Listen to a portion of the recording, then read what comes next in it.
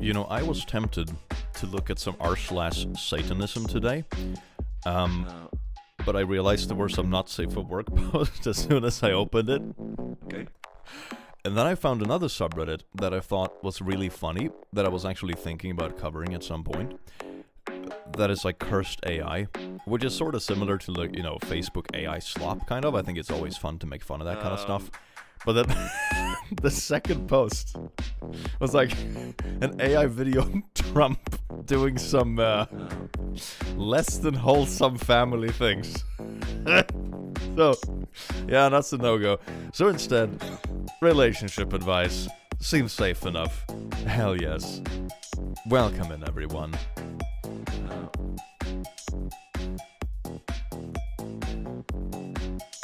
Click syncing his ums with the music. It's not my ums, it's actually in the music.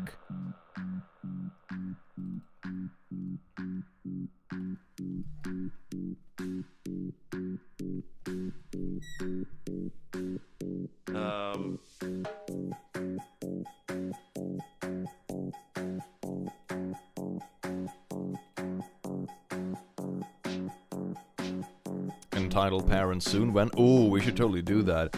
Maybe I'll do that in a couple of days. Hell yeah, entitled parents would be great for stream.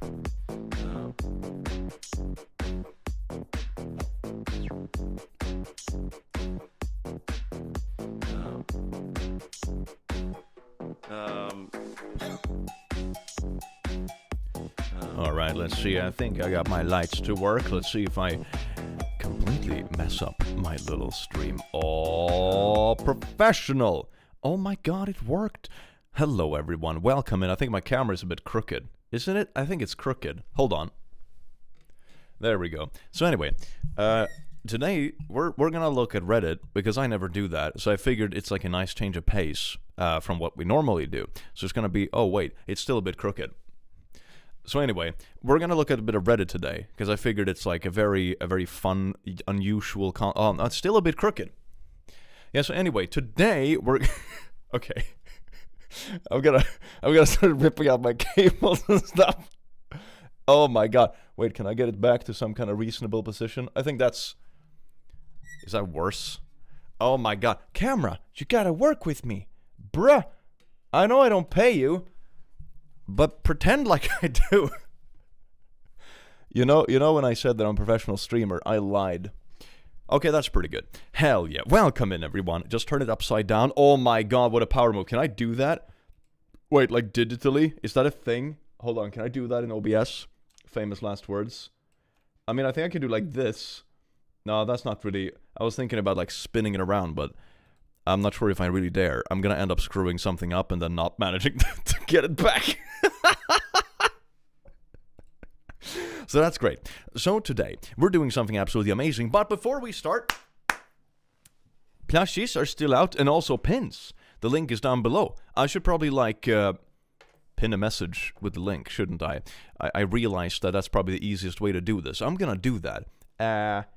Yes, indeed. I'm gonna post the store link and pin that so people know that there is cool stuff going on. Oh, yes. Yes, indeed.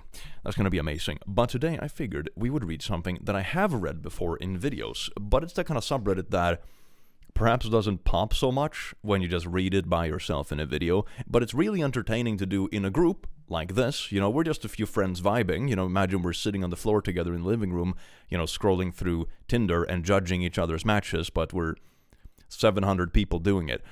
So that's great. You know when you want some inputs from your friends, like, oh my god, does she hate me? She didn't add an emoji in this text message, and you have 700 people being like, I don't know, and then you get like the most ultimate form of feedback. You know, one fascinating psychological concept, and this is very interesting.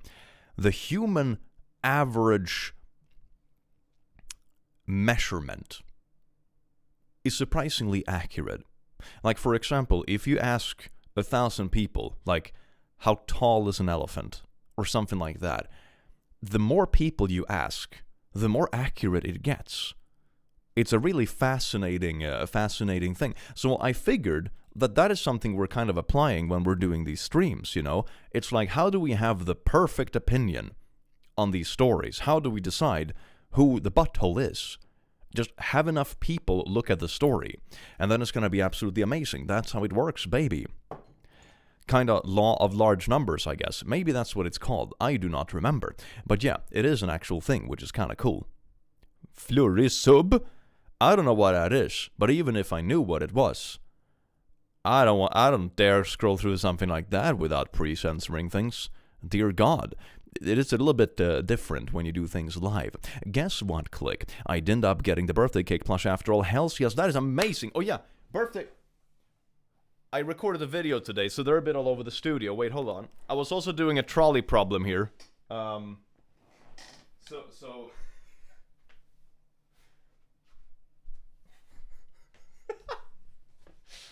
I am so professional. It's amazing. So you should check out. The link to these little babies is pinned in the chat or on the top of the description. It's very cute, very beautiful. We also have pins now. We also have emotional support demon pins in different colors. I think right now they're in 2 colors. It's like red and purple, and they're very cute. You get them in a pack of 2, so you get them like this, which is adorable. It's like, woohoo. So I love that. I'm gonna wear these everywhere. It's gonna be great. God, I can't wait for everyone to have pins. Anyway, cute! I know, it's so freaking cute. Wait, I have some messages to catch up on. I don't read fast enough. Oh my god. Hello, Click. Long Bow C. Last time when I was on your stream, I was struggling with English. Now I can properly say thank you for everything. That is so sweet. Welcome in. I do hope you enjoy your stay. Said 2 lips, thank you for the 5. Guess what? I didn't. Oh, that was the one. Yes, perfect. Casey, thank you so much for being a lasso. Nikki, thank you so much for being a lasso. Lisa, thank you so much for 20 months. And Mario, thank you so much for 20 months. That's absolutely amazing. Oh my god, I can't even count that high. That is great. I'm disappointed the pink emotional support team doesn't have a double change. What do you mean? What does double change mean? What? Is that a typo? I am so confused. What should my Animal Crossing character wear? Maid outfit. There is no other options. Christine, thank you so much for 11 months. You beautiful bean. He can't say my name. Damn, I am dyslexic and Swedish. I think your expectations are way too high. I'm gonna be honest. Majority rules is how we got Tronald Dump. I mean, not if you count the whole world. And it's a little bit different when you, like, I don't know, hype up the voter base with, like, Musky Husky owning Twitter, and then you go around and have, like, you know, made up problems that doesn't actually matter, like gendered bathrooms or trans people in sports. You know, I was actually thinking about this the other day because it's a kind of a fascinating concept. When you look back at the history of, like, anti-SJW or the woke mind virus or all this kind of garbage, you know, I actually work a decent amount with, like, weightlifting and stuff. I'm, like, a member of a little club, and sometimes I volunteer to help out at, like, events and competitions and stuff. The amount of times there has been, you know, some kind of drama because, for example, you know, a trans person is there and, lifting weights, and someone comes to make an argument and that kind of stuff because, unfairness or whatever. The amount of times I've had to deal with anything like that is exactly 0.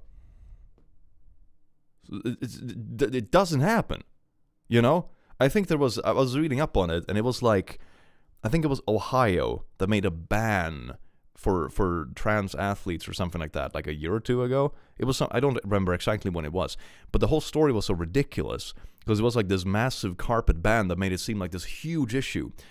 In the entire state, there was one single trans athlete, and it was like a 17-year-old in high school.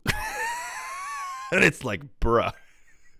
So my point is that you will get very skewed average human opinions when there has been like a very manipulative propaganda engine in motion for years that kind of messes people's worldview up. Like, if I put it this way, it gets kind of scarily obvious at some point that most of it seems to be just a distraction. Is your name actually the click? Yeah, of course it is. First name The. It's a traditional Swedish name. That's funny and depressing. Yeah, but like, people really believe it. People really believe it. If I look at,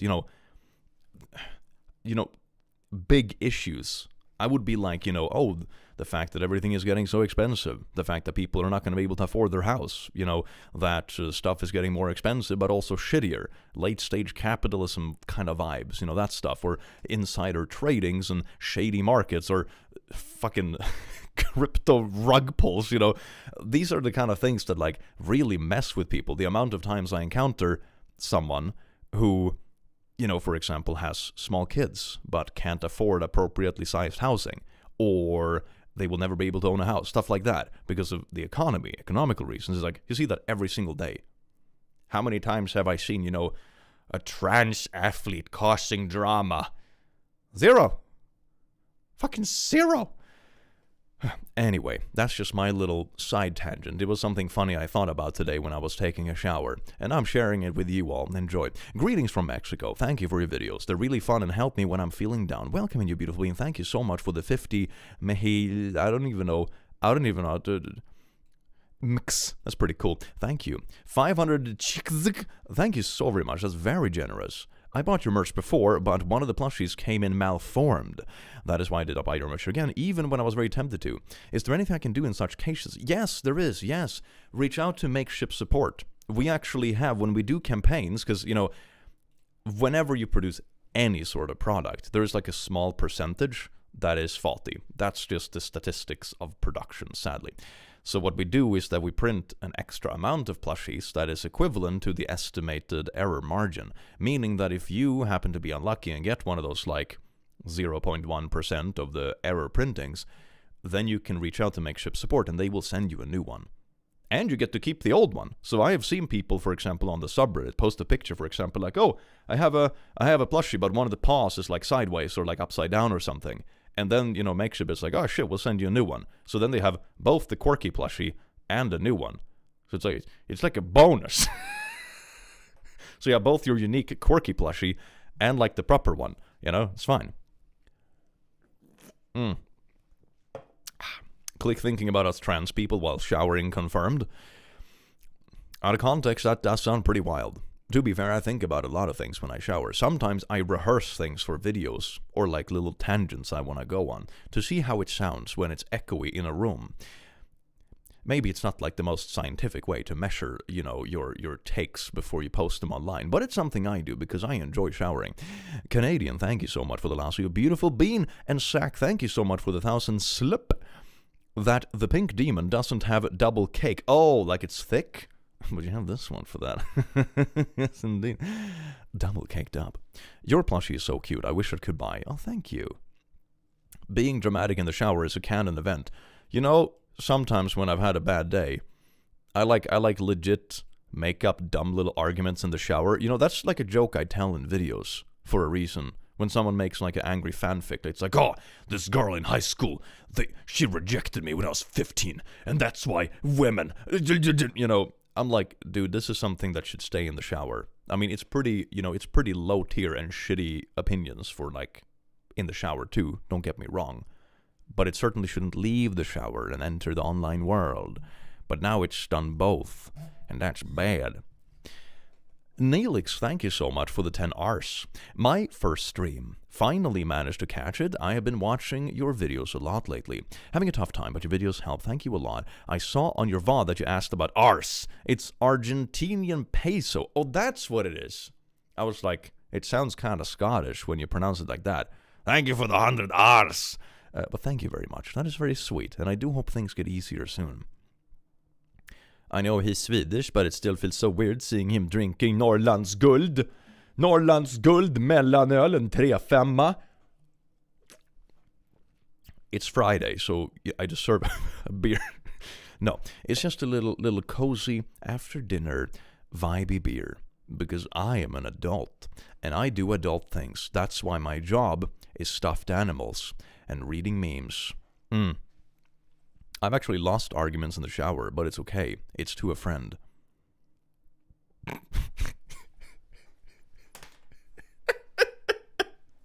Oh, man. Oh, no. Hello, Clay. YouTube was late on sending my notification. No worries. YouTube is usually pretty slow. One thing I realized about streams. Hold on. Let me look at the science of this. Let me look at the science, because I was actually checking this the other day. Because one thing that's a bit quirky with YouTube streams that isn't like the case when you stream elsewhere is that it takes a long time for people to find it. For example, the stream I did the other day peaked in viewers after 2.5 hours. That's when everyone who's like interested in the stream has actually seen it on their homepage and had a chance to click in. That's how slow YouTube is with live streams. It's kind of wild. But I don't mind so much. I just like being here and having fun with y'all. Maz, thank you so much for gifting a membership. Totally true fact. Showers in Sweden actually just drop ice on you during the winter. Don't believe me? Travel to Norrland in January with only summer clothing.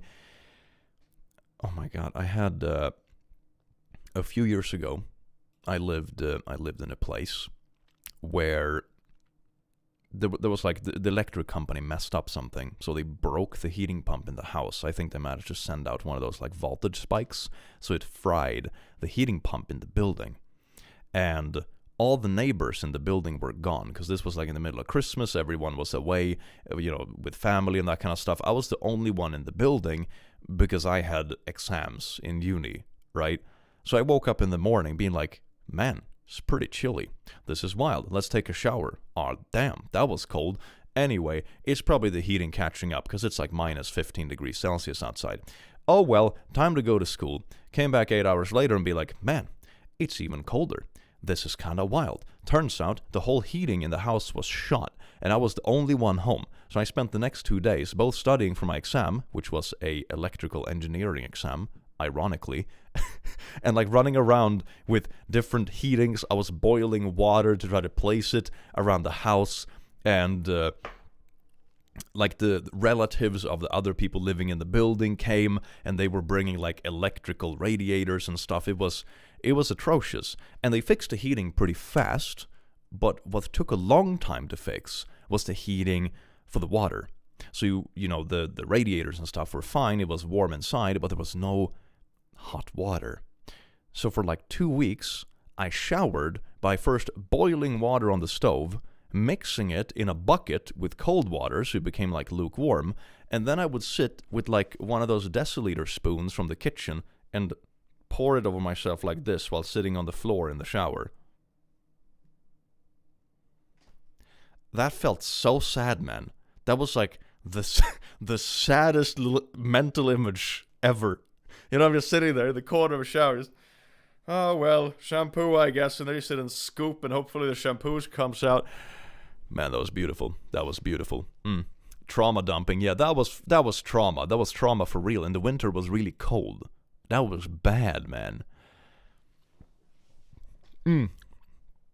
Why didn't you use sponge? I was a student and like a 20-something-year-old man.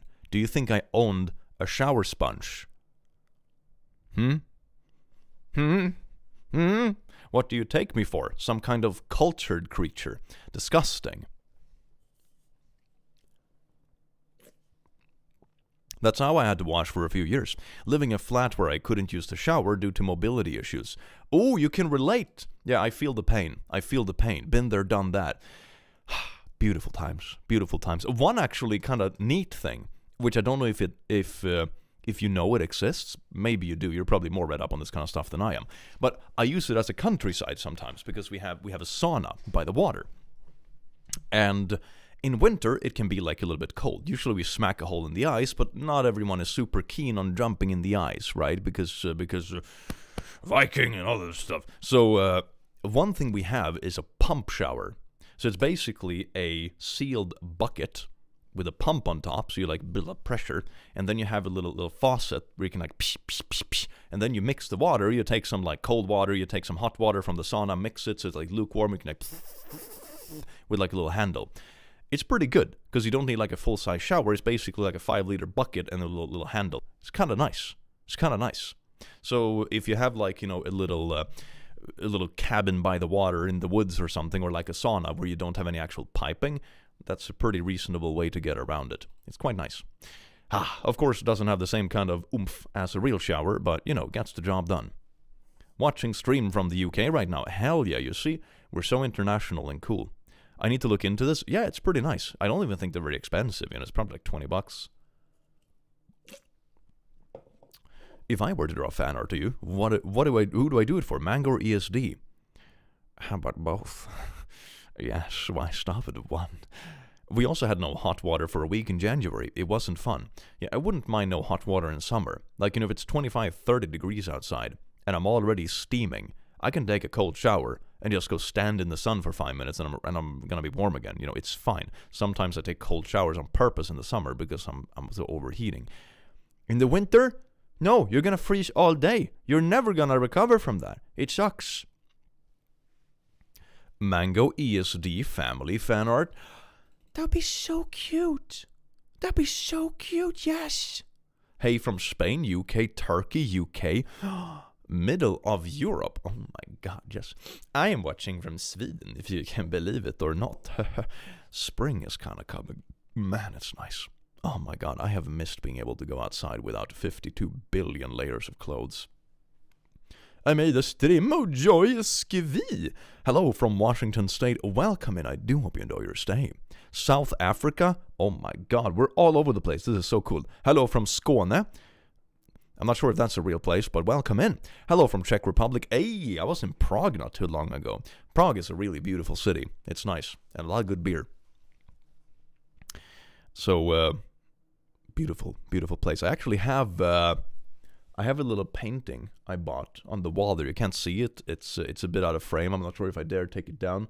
But it's a small painting of the sundial in the middle of Prague. It's very cute. What about the moon? Is anyone there? The moon is flat. You can't live on the moon. Don't be silly. India, Oregon, Slovakia. Oh my god, it's from all over the place. Oklahoma, Texas, Ohio. Is Ohio real? Finnmark? Man. Prague sounds so gorgeous. It is. The trick is to like... we sort of avoided like the most heavily touristic areas for the most part. Like the most heavily touristic areas, we like timed it and we just dipped in and out. Because like, cool to see, bye! But it's a very beautiful place. Very beautiful place. And it was so great. We had like a restaurant we really wanted to go to. And we were like, okay, where is it? Oh my god, can we find it? It's like, wait, it's on the same block as our hotel. Cool.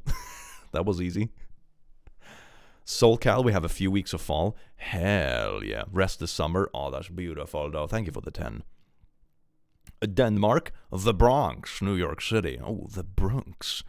I haven't been to New York in a long time. I want to do like a little US trip at some point. I did one, but that was like with family and stuff way back in the day when I was like a teenager. So I couldn't do all the adulty stuff yet. I actually went to Las Vegas, but I couldn't do anything. I mean, I could see all the sights and like go to shows and stuff, but I couldn't gamble away my life savings as you do as an adult. You either lose it on the stock market or you gamble it away. That's the responsible thing to do. Yeah, doing a USA trip would be fun. It would be really fun. Prague always reminds me of this weird movie called Goat Story. No idea. Hello from Earth, my good Earth, holy po. Romania, Deutschland, Canada instead. Ooh. Watching from Vegas, hell yeah. I can't wait for us to have teleportation technology. It's gonna make traveling so much more comfortable. My son introduced me to your channel when he was 12. He's 19 next week. It was our biggest bonding thing. Now my 13 and 11-year-old daughters have baby ESDs in their backpacks. I'm from New Zealand. That is so cool. Introduced me to your channel when he was 12. Oh my god. That is amazing. That is so sweet. Man, I love stuff like that. That gives me such a wholesome vibe. Oh, that is so cool. I hope you have a good vibe. Hell yeah. Hi, from non-existent country Denmark. At least you acknowledge it's not real. Make good. Hello from New Jersey.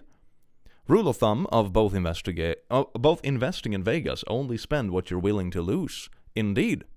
Which is everything! YOLO. You only YOLO once. Man, Trump is doing fun things to the investment market, huh? Speaking of small talk in the office. Man, what about that 8% dip on the Nasdaq, huh? Fun start of the year, baby. Savings for house, here I come. Woo. All on red, baby. To be fair, I did make a little bit of money on bear certificates on Tesla. I don't recommend anyone to gamble with this shit because it's basically gambling. But I had like a little bit of money in my account, and I was like, you know what? Musk is being a silly bean. I'm going to bet in reverse. A bear certificate is like you bet that the stock is going to go down, and then you have like a leverage multiplier on it. So I got like, $1,000 or something like that on like a on like a Tesla Bear X10. So it was like if it goes down, it makes money. It was like, oh, it doubled in a day. Cool. So that was fun. Thanks for that one, Musk, at least. Oh, that was kind of funny though. I saw like, when the news came out with him like doing his little waving to the American people, I was like, Ah, that was beautiful. Hell yeah. Winning from Elon being silly is the ultimate move. Yeah, like it wasn't any kind of crazy amounts or anything, but it felt kind of good. It felt pretty good. I don't talk to people that invest in Tesla.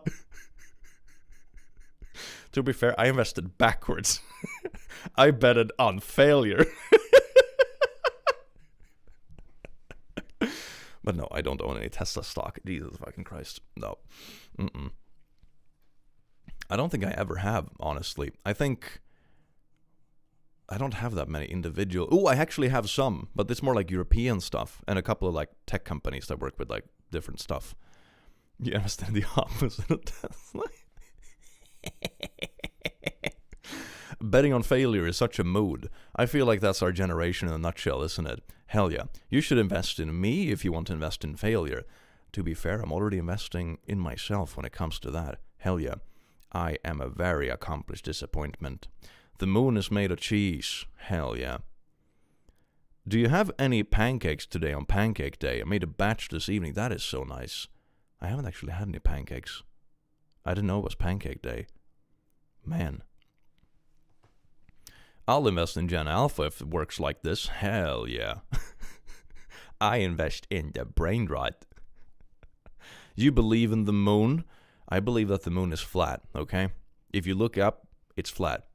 Click is a handsome hot hunk. Heart eye emojis. Nice. I started watching when I was 29. I am 34 now, unfortunately. God, I'm getting old. One thing I've noticed with people in general is that people tend to age. It's kind of weird how that works, I feel sometimes like, man, I'm getting old. My hairline is certainly not what it used to be. And then I look at my friends and I'm like, oh my God, they got older too. What are the odds? Shit. I read all memes in your voice now. Hell yeah, that is so good. I love that for you. I do too, to be fair. We have that in common. Hey, Click, love the videos. Finally catching a stream. I'm currently mashing potatoes. Should I add cheese? Yes. Cheese and milk. Add cheese and milk. And then a bit of salt. That is perfect for mashed potatoes. I've been watching since I was 15 and I'm almost turning 20. Oh my god, that's so good. Proudly trans, hell yeah. I love your voice. It's so smooth and therapeutic to listen to. Oh my. Yes, thank you. Can you imagine if I did that too? I like put on my own videos to fall asleep to. I'm like, man, I'm so good. I'm so good at reading memes. I fall asleep to my own voice. The biggest comfort in my life is how good I am at reading memes. Who needs support from anyone else when you can support yourself? Good voice for creepy ASMR. I should do more creepy ASMR. Like, hi there. You look so nice today. That's so good. That's so good. Deary, thank you so much for the gift of membership. The true main character? Yeah, the legit main character. Hell yeah. Click ASMR meme reads lol. I was actually thinking about doing that for the ASMR channel. I've just been like, I don't know, I felt like my schedule has been like a little bit bonkers. But I was actually thinking about doing that, reading like more long-winded kind of Reddit stories, but just doing this. Hello everyone, and welcome to today's Reddit reading. Today we have this story from r/am I a little pile of stink. This story is written by assbutt69 420. Here we go. I microwaved my mother's cat. Am I the butt? You know, stuff like that. I hate ASMR, makes me feel icky. Then you haven't found the right ASMR. Yes, indeed. Sup click, hey, welcome in. But bro, 20s is wild. I'm in college and every weekend we do something called Jol? No idea what that is. No, the poor cat. Maybe it enjoys it. Maybe the cat is just like, warm. You know how cats seek out like sunshine, for example. It's like that. Anyway, let's get into it. How old was Simba when you got him? Basically newborn. We got him, a couple of months, something like that. So we've had him his whole life. He's 12 now. He's old. Turns 13 this year. He's old and fat and diabetic. But we still love him, even when he poops in weird places sometimes. Microwave is for hamster. Hey bro, your hamster is looking a bit microwaved. Nah, he's fine. He likes it. Let's get into it. Oh, Simba question. Alright. Let's do it. Let's see if I have a scene that works for this. Oh, boom. It works! Yes! God, I'm so good at my job. Man, YouTube should give me a raise instead of the opposites. That's messing up automatic ad breaks. Alright, let's see. That's a bit better. I need to be centered, because I am the... It's still not centered! Please, camera, go... Okay, there we go. That's a bit better. Hell yes, that's beautiful. Yippee! Let's do this and a little bit down and this. Oh, that's good. So I don't cut my head in half. Welcome to r/RelationshipAdvice, which is very good to talk about because it means we get to judge other people while feeling really good about ourselves, because we can sit at home, not be emotionally compromised and be like, yeah, this is what you should do. This makes perfect sense. I don't know why these people wouldn't do that. And then we go and do stupid shit ourselves too. So that's just a human condition. Would you ever make cooking videos? I will be interested to see the Swede cook. Welcome to Making Meatballs, episode 26. I did do a barbecue stream once. It was a little bit botched because the internet wasn't great. The Click Show, hindsight is 2020, yes. Update, my husband just came out as straight. This is the update, I think. Yeah, here's the original post. I actually did check this ahead of time. I haven't read it, so the story is new. I just checked that both pieces were like easily accessible, okay? Okay? So this caught my eye because it's a little bit backwards. Usually it's like, oh my god, I'm in this heterosexual relationship and partner just gayed. But this is like, oh my god, in gay relationship and partner just straighted. Man, that's a bit of a twister-rooney, isn't it? That's unusual. I know, right? My 28M husband, 27M, just came out as straight. So we've been married for like 3 years and dated for about two. In total, 5 years of gay relationship. We're two men, have always been two men, and I don't think that's going to change anytime soon. My husband and I have a rather healthy relationship for the most part. Of course, we have minor arguments every now and then, like when we microwave each other's cats, but then what relationship is perfect? Exactly. In the end, we always resolve them, and our affection would continue as normal. This is kind of why I'm really confused by what's going on with us. Why now? I bet if you have an OnlyFans where you just read smutty books, or a Patreon where people pay to use your silly sounds, you probably get a bunch. That would be kind of funny, just reading steamy fanfics for a Patreon. That'd be great. I'm a Christian. I know a lot of people don't like the idea of that, but gay Christians do exist. My husband was agnostic, not necessarily an atheist, just wasn't completely on board with any religion. And that is fine. I would have supported him if he found peace in literally anything. He didn't need to become Christian, and honestly, as selfish as this sounds, I wish he didn't. I know this makes me sound like a terrible person, but he changed so drastically afterwards, and I miss the man he used to be. Oh, so he did... Wait, he did? He didn't need to become a Christian, honestly. Oh, so he did become a Christian. Okay, well, should have just become a Satanist, I guess.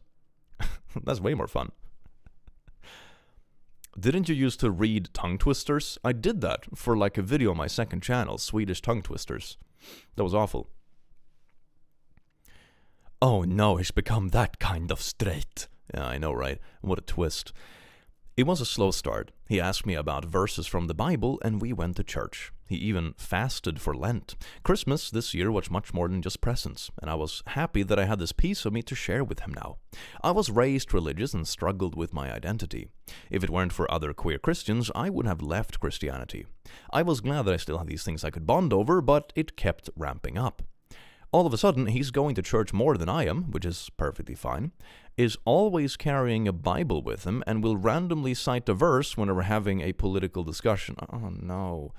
No. No. Oh, my God, no. Oh.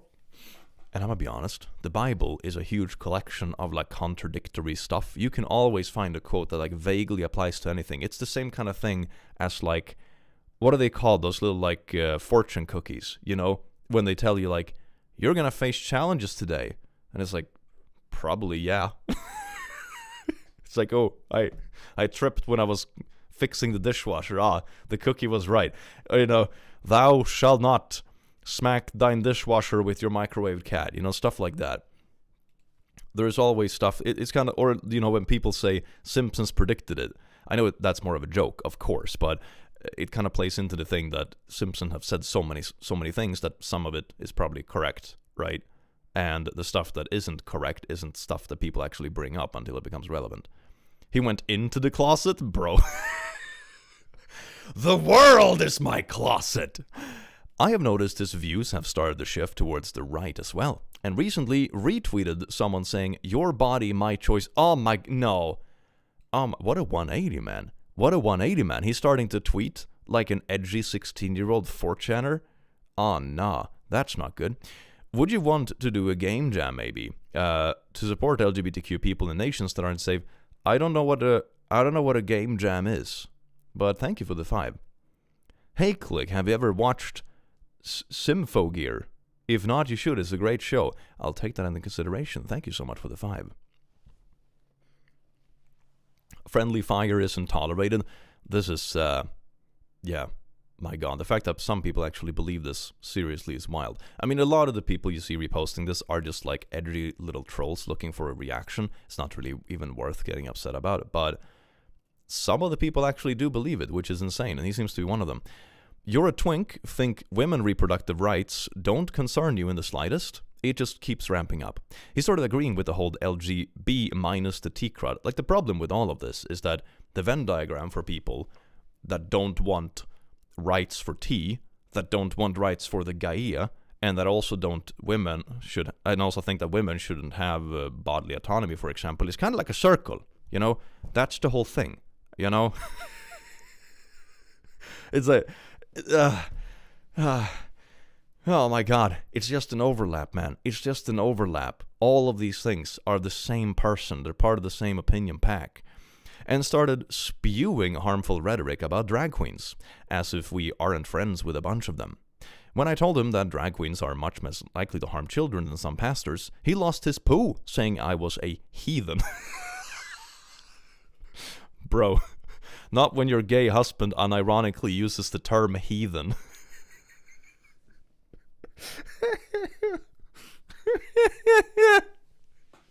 Man.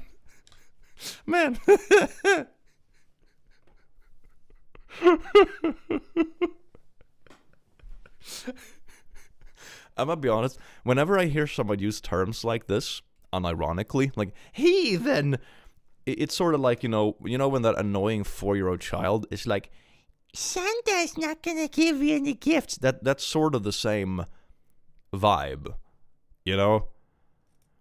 No, wait, I want to get up and cough on the husband. Hopefully he'll reach the gay. He's going to be infected with the gaia. Or it's like those gay vaccines that are filled with rainbows. And that his friends were right. This is the part that caught my attention. What friends? Oh no, is he getting a little bit brainwashed by some little group of poo-poos? I asked him what he meant by that, and he started backtracking, saying he was tired and we should go to bed. I was tired and arguing didn't seem like it would do us any good right now. So I put a pin on it and we got ready for bed. Our room was bathroom connected and usually we keep the door open. He takes a shower and makes sure to lock it, which was weird, but I didn't say anything about it. If he wants to set this boundary down, that's fine, but he could at least communicate it, you know? The next day is Sunday, and he's already out of bed and I'm assuming at church. Oh God, he's getting brainwashed. Yeah, it sounds like it, right? He's getting part of a little culty-walty. I get up and got ready, but once I arrived, I realized he wasn't there.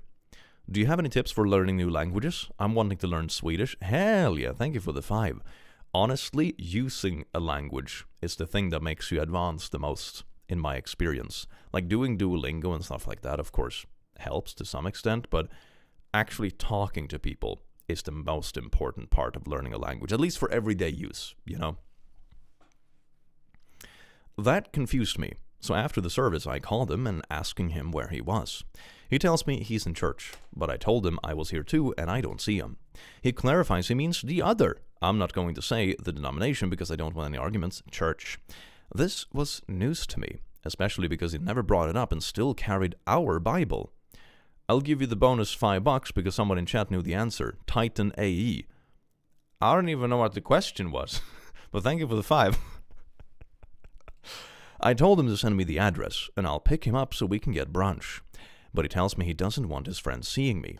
That hurt. I asked him if he could at least meet up, and he said he'll see me at home.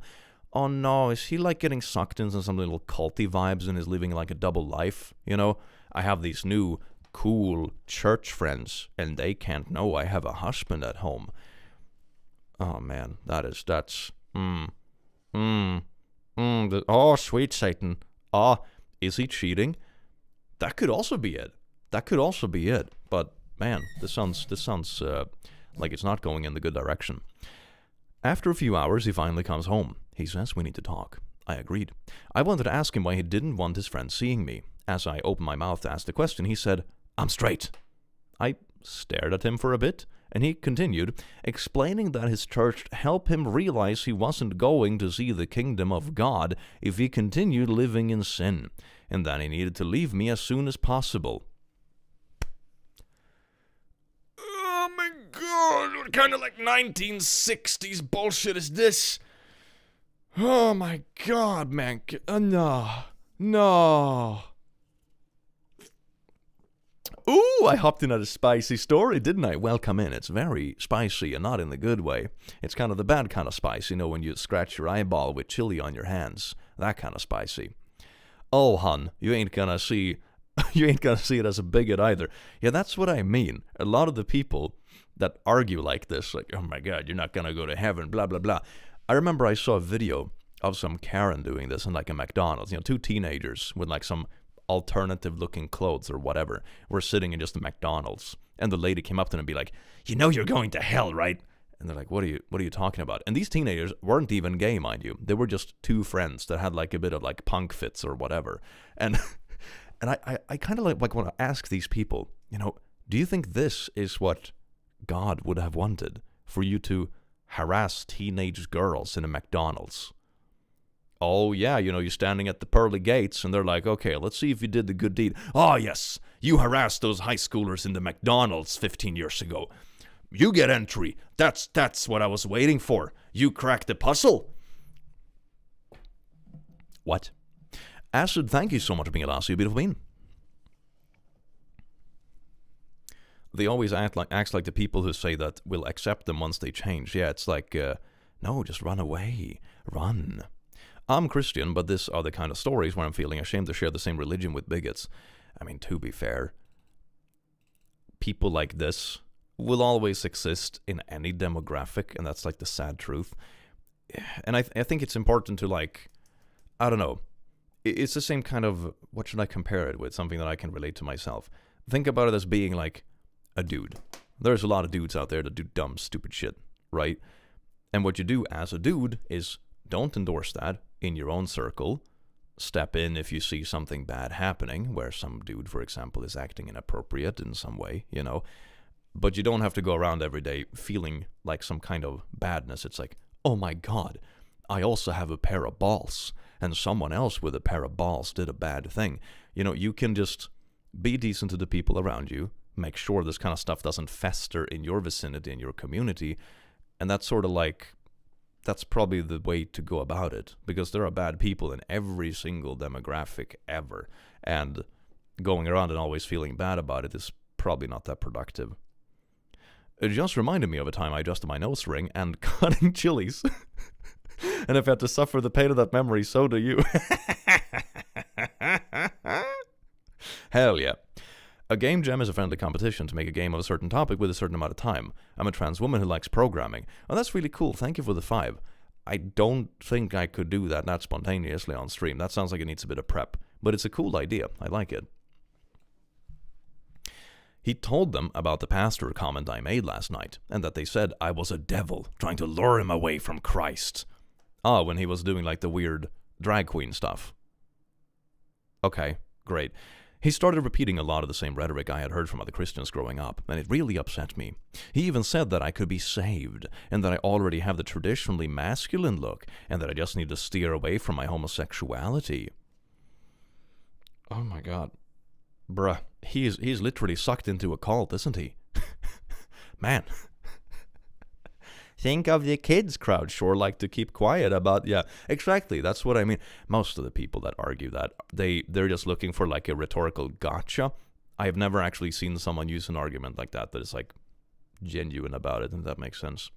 And also so many of these issues are just like made up, It's the same kind of thing as with, trans people in sports, like I talked about briefly earlier. It's like, it's not a thing. It doesn't like, I volunteer in like powerlifting competition, that kind of stuff, to help out at events. The amount of times that we've ever had to deal with something like that, or someone making a scene about something or whatever, is literally zero. It doesn't happen. It doesn't exist.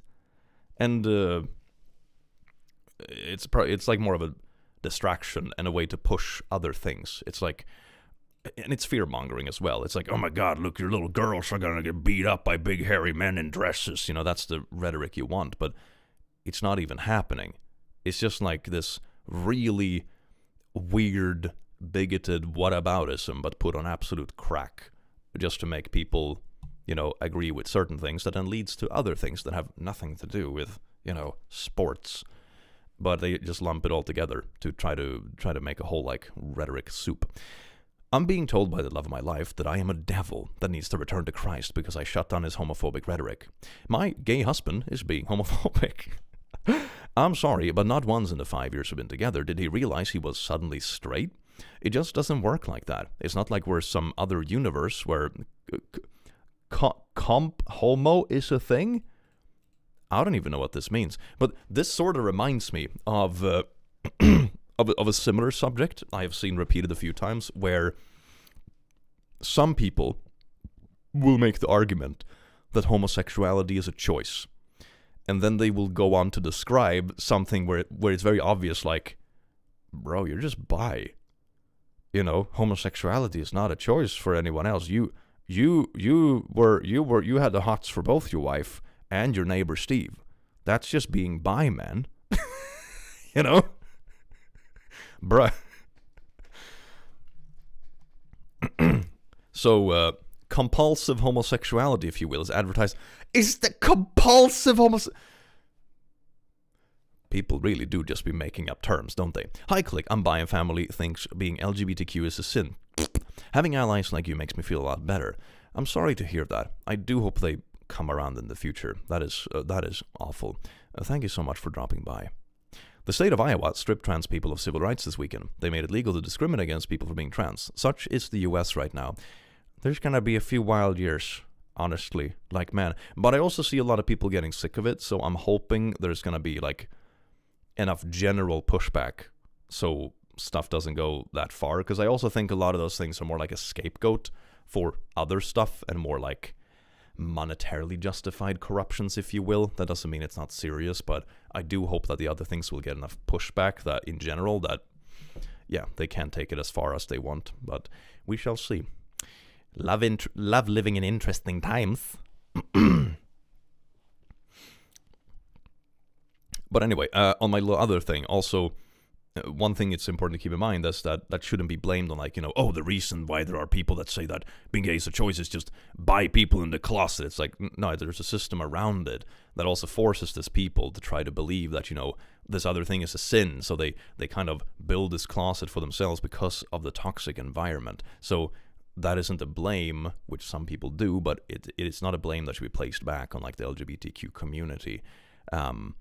It's just important to put out there if it wasn't obvious. Anyway, I told him that he needed to leave and that we could discuss arrangement afterwards. I still want him, I love him, but I have no idea how he could look at me with a straight face and tell me all that.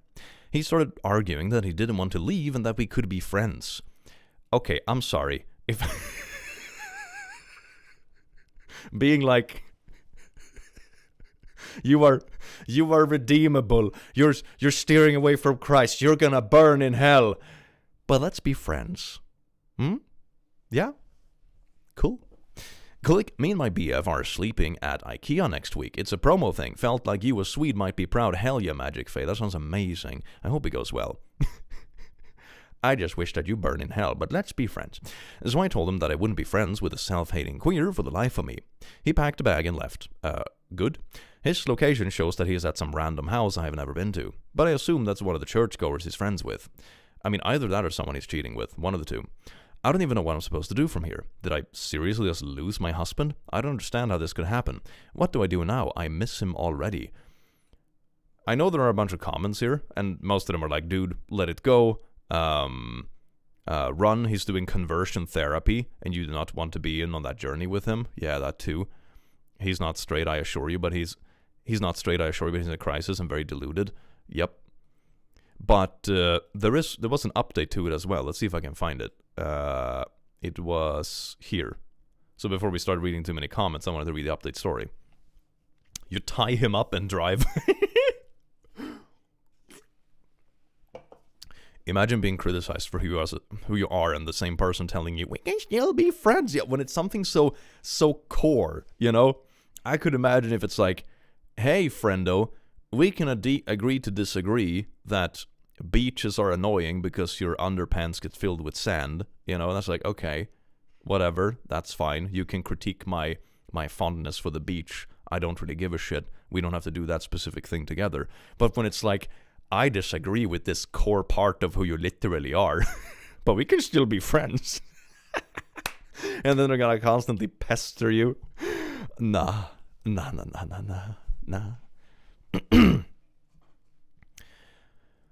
We can agree to disagree with ice cream flavors, not my right to exist. Yeah, when people say agree to disagree, it's like ice cream and walks on the beach and if you like pineapple on pizza, you know, that's kind of stuff. Anyway, thank you to everyone who gave me genuine advice on my post. I will click answer some common questions. No, he does not have a family history of bipolar disorder or any other mental health disorder that would cause sharp changes. No, he isn't cheating on me with one of his church friends, but I will get more into this later. No, he isn't bi, I am bi, and we've had conversations, and he said he experimented in high school, but it wasn't for him. Okay, that basically answered like all the questions I had at least. No pineapples. Shush! This is a pineapple pizza community. Fun fact, I'm in your walls and I'm eating the cotton candy. Calypso, I've heard that it's very nutrient. Good luck. I've talked to his family and our friends about the whole thing. I explained we were separating because of his newfound faith he's now acting. I told them about the poo he said, and they're all worried for me. Hi, Click. First time catching your stream. I just want to say thank you for getting me through the past few years of high school. That is absolutely sweet. Thank you so much for the 5. I do hope you enjoy the stream, and I do hope high school goes well. I was raised atheist, and I am so fortunate my parents didn't force religious hatred on me. I mean, I just grew up in Sweden, which isn't particularly secular in that way. Like, I'm a member of the Swedish church. I was baptized and shit, but I don't think I've ever gone to church like that. It's not really that, intense or whatever. It's like a very casual institution where I come from. I don't think that I'm in any sort of danger, honestly. I did talk to my church about this, and they told me that the church he's attending is notorious for this sort of thing. Same for me in Switzerland. Yeah, I think that's like a big part of Europe that is just like that, to be honest. It's more about like the tradition about it. It's not so much that it's like this powerful institution in the same way, Pineapple Church. Oh, I would do that, though. I would do that. One of them will show up after service and wait outside. And if someone is walking out alone, they'll come up to them and start chatting. Oh, okay. So they suck people in very specifically. They target people. They will pretend they go here until they've talked to the person enough times to invite them to their church. A little bit of cult fishing. Apparently, he was attending my church even on days where when I wasn't. So he was alone a lot. It's really predatory and low-key pisses me off that he was enjoying my church and it led to him being taken away from me. I've had limited contact with him in the past few days. He came over last night saying he needed to talk to me. He didn't appreciate me contacting his parents and assured me that he is fine mentally. I mean, you could imagine your parents getting involved at some point when you're married, which also means that, extended family is a bit connected, and you literally walk out and they're like, man, is he in a cult or something? This is kind of whack, Are you seriously expecting him to not talk to, like, literally anyone or be concerned for your safety or what is going on? Like, this is so far out of the ordinary and such a change of character that it would concern anyone. That is insane. In-laws, yeah, it's in-laws. Like, bruh, come on. I wanted to start asking all the questions I've come up with since he left, but I didn't want to overwhelm him. I know he didn't cheat on me because that was the first question I asked. I mean, he can also lie. If homosexuality was a choice, a lot of women would be happy to choose to be lesbian. No hate to men, just facts. Yes, indeed. I mean, yeah, makes sense. I think a lot of people have met people that are of a gender they're not attracted to and be like, man, if I was rooting for the other team, so to say, this would be a good one, I don't think that's unusual. More so, are you leaving me because there is somebody else? His response was that he didn't want to leave me, but living in sin wasn't what he wanted anymore. Oh, living in sin. Oh no. How did he figure this out, you ask? After grilling him for an explanation, he finally admitted that he tried to cheat. The guy who kept coming to my church and basically recruited him was apparently so attractive that he would listen to anything he said.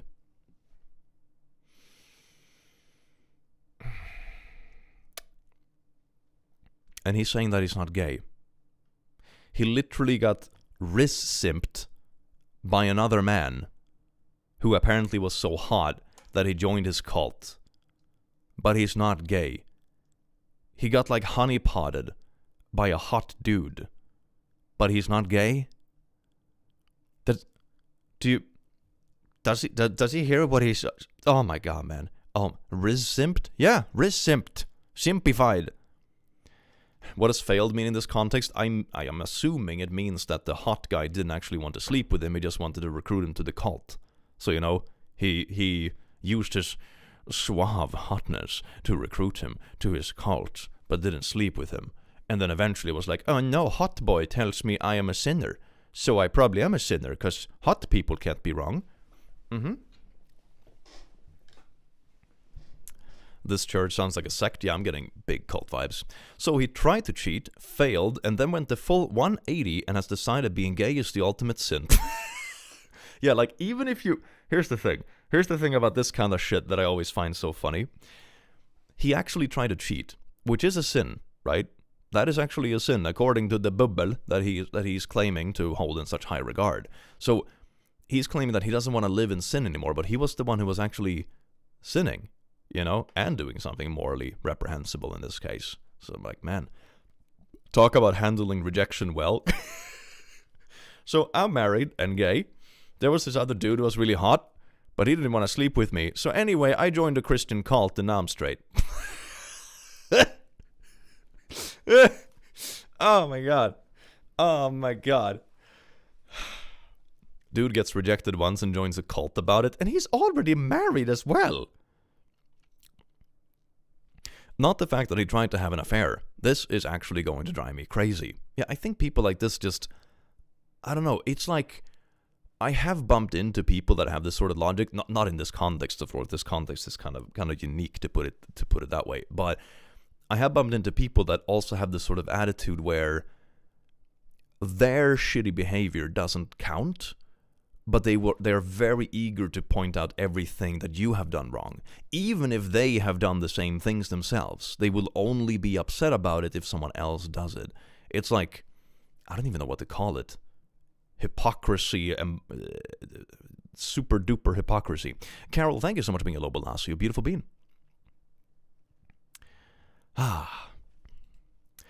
Finding out he wanted to cheat but didn't is almost worse, because it's like, seriously, you tried and got rejected? It's kind of pathetic, isn't it? It's like coming on and be like, yeah, honey, I cheated. Like, correction, I tried to cheat, but the other hot dude didn't want me.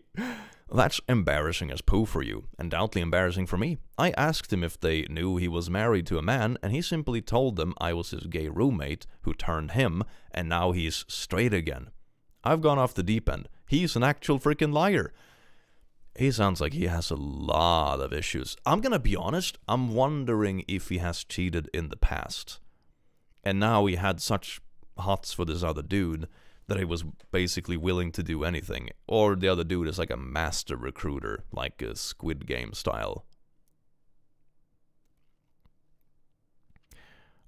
OP would have risked the passer. OP is the hot one. Yep. Cheating isn't the ultimate sin, but gayness is, bruh. No, you see, you can pick and choose. That's the beautiful part. Danny, thank you so much for being a lass. You beautiful bean. Lying is a sin too. Yeah, I know, right? It's like, lying is a sin. Cheating is a sin. There's so much stuff he has done that is a sin, but yet he's like, but this specific thing here, this is the true sin. Like, really? Sounds pretty projecty. He showed me some Bible verses, ones that were just blatantly different from the ones in mine, and kept trying to convince me that I need to change too. He said that he still cares about me and wants to be friends, still with this stuff. Like, I think, if you genuinely cared about someone, you wouldn't tell them that they're gonna burn in hell and cheat on them and stuff. That's not actually caring about someone, You're actively hurting this person quite a lot, but still being like, I wanna be friends. You're not saying that because you genuinely care about them. You're saying that because you want to feel less bad about it. You're like, oh, if we can be friends, that means the thing I did wasn't actually so bad. Meh. I asked him what about our actual friends, and he said they're too far gone. Oh, the woke mind virus. He just kept talking, and I was done with it. He isn't the man I fell in love with, and it pisses me off. He wasn't even dressing the same anymore. Fucking white dress shirt and slacks and the most boring hairstyle. He didn't look like my Anthony. The more he talked at me, the more it was clear I didn't want to be with the man he is now. He left, and for the second time in our life, he walked out that door without saying I love you. And I was fine with that. This morning I talked with my lawyer, and I'm going through with a divorce. After I was done, I stopped by where he was staying and knocked on the door, half wanting whoever owned the place to be there when I gave him the papers, half because I didn't want him coming to my house anymore. When the man opened the door, I realized this is who he was talking about, and it took a bit to keep my anger in. I asked for my husband, and when he saw me, the look on his eyes made it clear that he wasn't expecting this out of me. I made it clear to the other guy that I was handing my husband, gay husband, divorce papers to end our marriage. The gay one between the two men. Us. We're the two men. Because I don't want to because I don't know who needs to hear this. But if you wake up next to a man for 3 years out of your life, chances are you are homosexual. So sorry to break it to you. my God, I met up with this man. We went home and did the deed. Turns out he's gay. What? Oh my God. Ugh. I won't be able to go into details of the proceedings themselves, but I'm going to be completely distancing myself from him as best I can. His actions have been horrible on my health, and his family and friends can handle him better than I can. I'm going to miss the man he used to be, but I have my people surrounding me. I am going to be okay. I hope for his sake he'll snap out of this one day, because the self-hatred isn't healthy. But when he does, I won't be there. I wonder if he just like fell for the other man, and then he's like pretending to join his cult thing, but then got sucked into the cult instead of seducing the other man, you know? Both things sounds pretty bad, to be honest, because it's also cheating, and also trying to like, I don't know, seduce someone else outside of your marriage. Man. What did I walk in on? Absolute hell. Welcome in, femboy. Glad this guy got out of the relationship. Sad for this self-hating cult follower. Yeah. I mean, it's a shame that the husband got stuck in it. But I'm also like, I don't know, it's more than just you know? You're actively trying to cheat on your partner, being really nasty towards them, being like manipulative with like, ooh, still wanna be friends, and getting weirdly defensive when like other people in your surrounding find out stuff is going on. I don't know, like it sounds like he's suffering, but meh, when people do that much stuff, especially against their married partner, I'm like, empathy goes a little bit out the window. That doesn't make it right, but I don't know. Doesn't make you feel good about the person. Love your channel. You read the Gaycation post. You really should. There's a Gaycation post. Melody Cat, thank you so much for the splooshies, you beautiful bean. What kind of poo did I walk in on here? Lol. Oh, you're in for a surprise. Click barely finished one story in the same time it took me to do my nails on both hands. Ooh, that is good. That is good. Gaycation is something else. Is there a Gaycation here? Wait, hold on. I think that my 25M wife, 23F, think that I murdered her ex? What? Gaycation post. Okay, where's the Gaycation post? I'm currently sorting by top this month. Do you know when it was posted? Oh, Google it. Is it like a... Okay, then I'm gonna switch scenes for a bit, because, let's see. Gaycation Reddit. Best of Reddit updates. Oh. Is it this one? My husband informed me he intends to go on a gaycation with his brother-in-law in Ibiza. How do I handle this? Is it that one? Is it that one? Wait, how not safe for work is this one?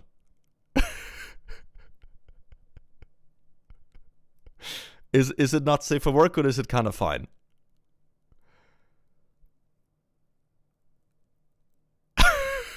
It's safe for work enough for YouTube? Okay, good. Okay, let's give it a try.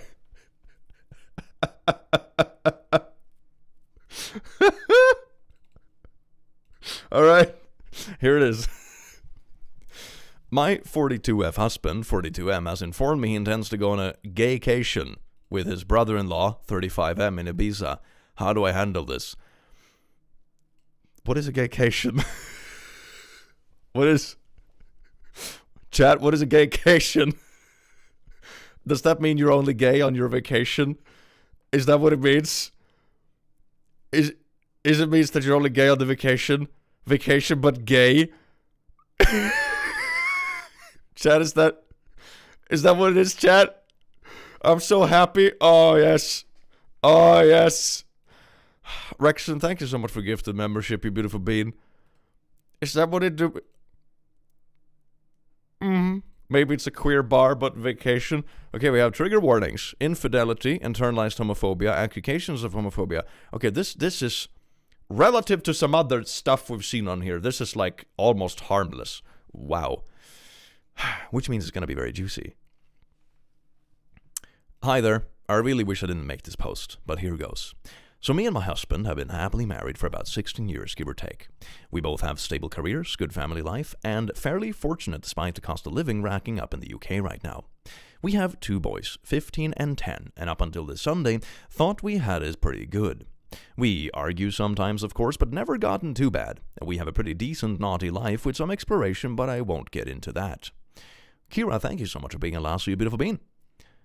And I'm confused, thank you so much for being a lasso. Long and short is, on Sunday, just after I dropped our boys off at her friends, my husband asked me if we had the house alone, and more importantly, do I have a minute? I said, yes. And he sat me down and got out this printed poster of some sort of...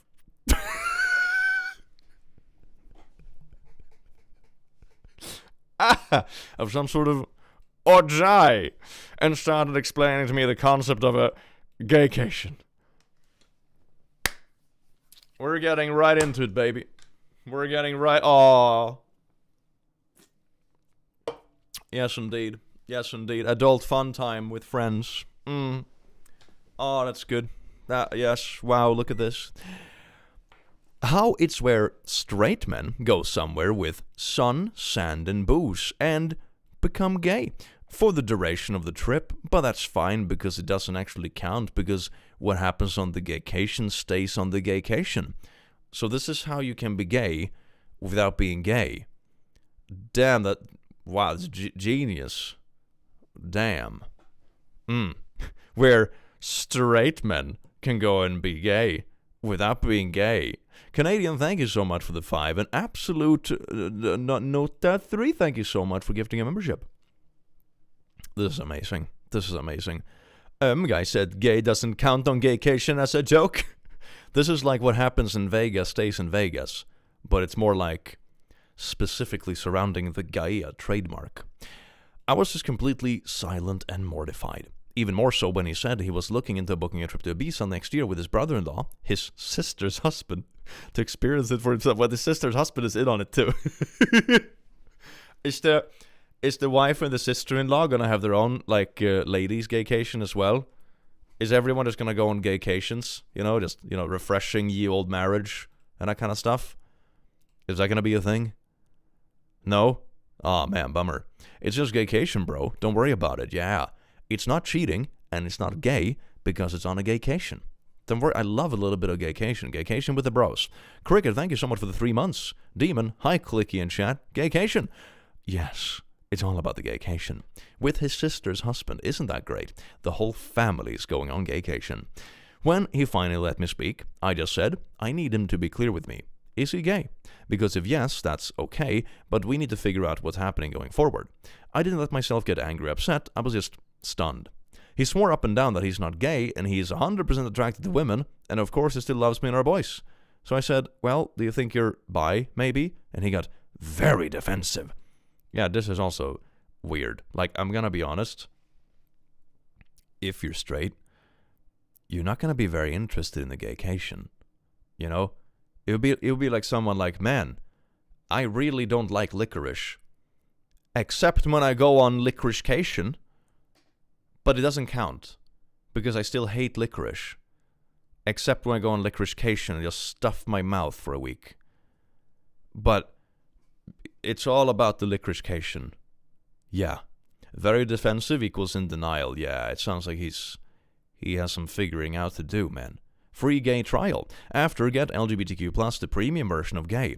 It's a free trial. If you cancel it before the 7 days, which is the durability of the gaycation, you don't have to keep it. Then you can just have the trial of gay for 7 days, and you can just, like, remove your membership after those 7 days, and it doesn't count. It's fine. It's fine, chat. It's fine. That's how the gaycation works. It's a free trial. Saying how I need to drop the accusations, and that this is the beauty of a gaycation. It allows straight men to experience gayness without actually being gay. And how is it going onto it? It's like going to an aquarium?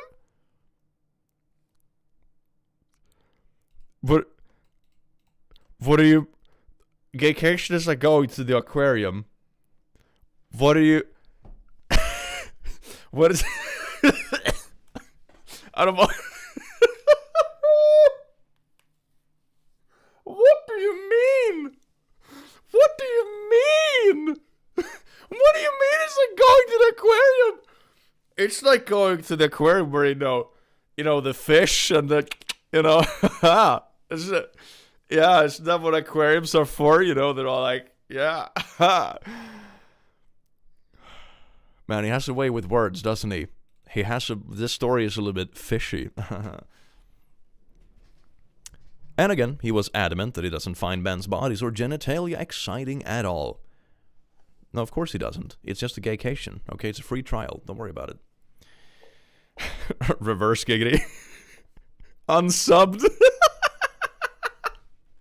Valid. So a gaycation is when you see gay fish. That's sort of what I'm getting from this, yeah. That's sort of what I'm getting from this. But he needs to experience this, apparently. I said, well, I'm really not comfortable because even if he's bi, that would be explicitly cheating on me. And he got angry. And really, it's not. Because that's the beauty of gaycation. Like, who made this rule?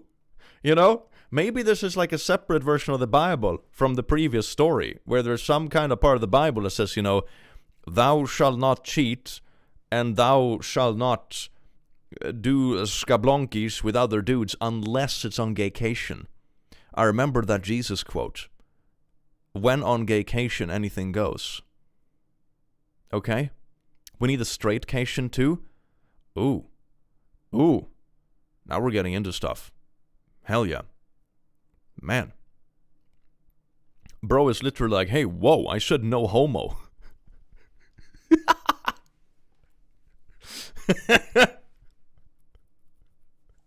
It's not gay if you're wearing socks, I post. Yeah, it is, isn't it? Oh, it's amazing. I just had enough and left the room. I ignored him for the rest of the day, but we spoke at tea, where I again asked him, why does he want to do this so bad if he's not gay? He said how he's interested in how gay men's lives differ to straight men's, and that's unfortunately, once the gaycation begins, it's simply impossible for a man to resist, and he must surrender himself, mind, body, and soul to the gaycation, or be destroyed. What does this mean? What does this mean? What does it mean to surrender your body, mind, and soul to the gaycation, or be destroyed? Is this man a bottom, chat? Anyway, Dark Fox Girl, thank you so much for the 10. He just wants an excuse to level up his bromance to level 1 billion. Oh, that's what it is. This is just the ultimate bromance. Hell yeah. Oh, that's good. Hansa, thank you so much for the last, you beautiful bean. Man, that's so good. I just need to surrender my body, soul, and mind to the gaycation, or I will be destroyed. Uh-huh. You good there, bro? You good? Poetic. I really can't put into words how surreal it was, because he was speaking so matter-of-factly, and he again insists that it's a thing that straight men do all the time, and that's how he's actually doing it a bit late. Oh, he's doing it a bit late, okay, yeah. Most men go on their gaycations when they're like 18, It's a thing that turns boys into men on the gaycation. But for him, he was late with it, so now he's having a gaycation crisis, but he's really adamant about doing it, and the wife is stopping him. His silly wife that doesn't understand the beauty and the art of the gaycation, how he has to surrender both his mind and body to the gaycation. His mere spirit will be crushed if he doesn't surrender to the gaycation.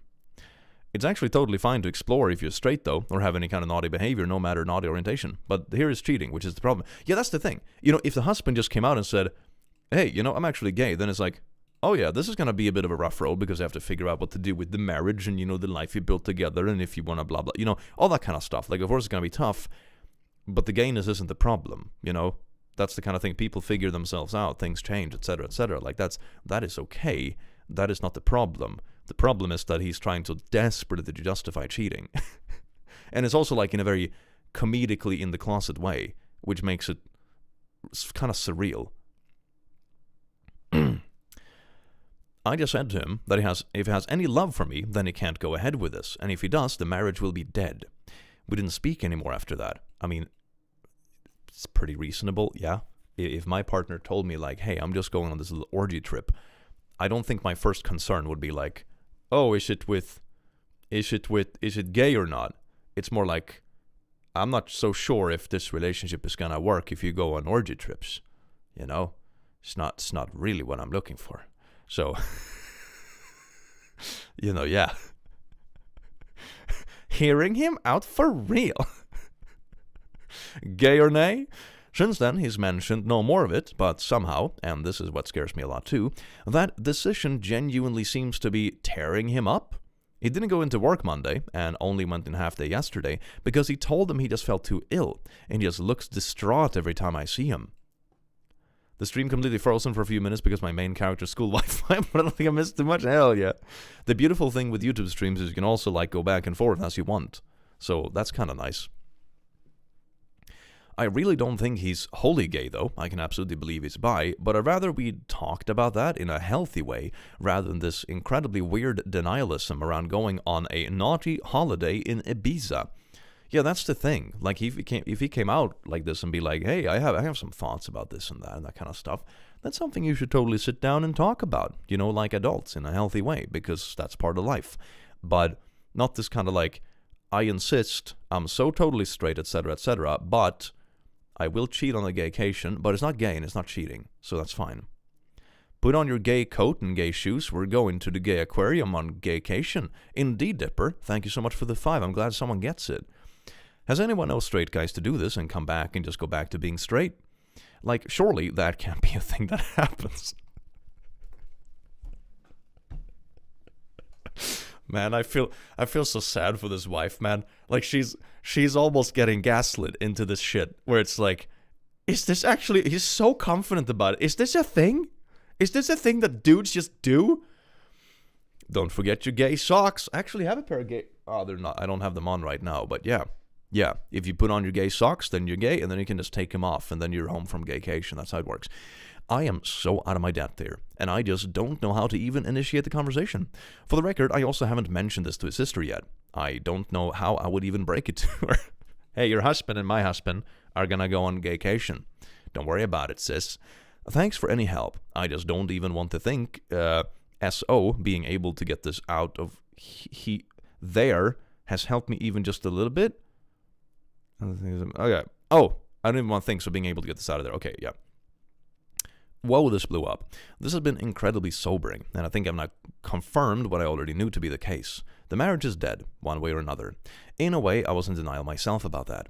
I have contacted my sister-in-law, and she initially screamed at me, calling me a liar, and even insulted I was trying to steal her husband. She rang me back shortly after, apologized, and admitted she was in deep, deep shock. She also had the Gaycation treatment. Oh, yeah, boy. I have asked my parents to look after the boys, and we're going to meet tomorrow to discuss this deeper. I have also texted my husband and told him he will need to make alternative accommodation arrangements. But he will not be sleeping here tonight, and a bag will be waiting for him. Not sure if the mods want to lock the post or not, but I think I've got my answers. Thank you for the kind words, especially Champion Flight, who really gave me the good dose of reality I needed. They were both cheaters? Yeah, they were planning to go together. They were planning to go together on this Gaycation. I wonder if they were both, intrigued with each other, really. And they were like, hey, bro, let's go on a vacation together. But then it's also so surreal, that it just... here's what I mean. What's so surreal to me is that normally, if they were decent people, they wouldn't do anything. The next most common thing would be that they just cheated in secret, right? But instead they made it super public and tried to make up this whole conspiracy about a Gaycation.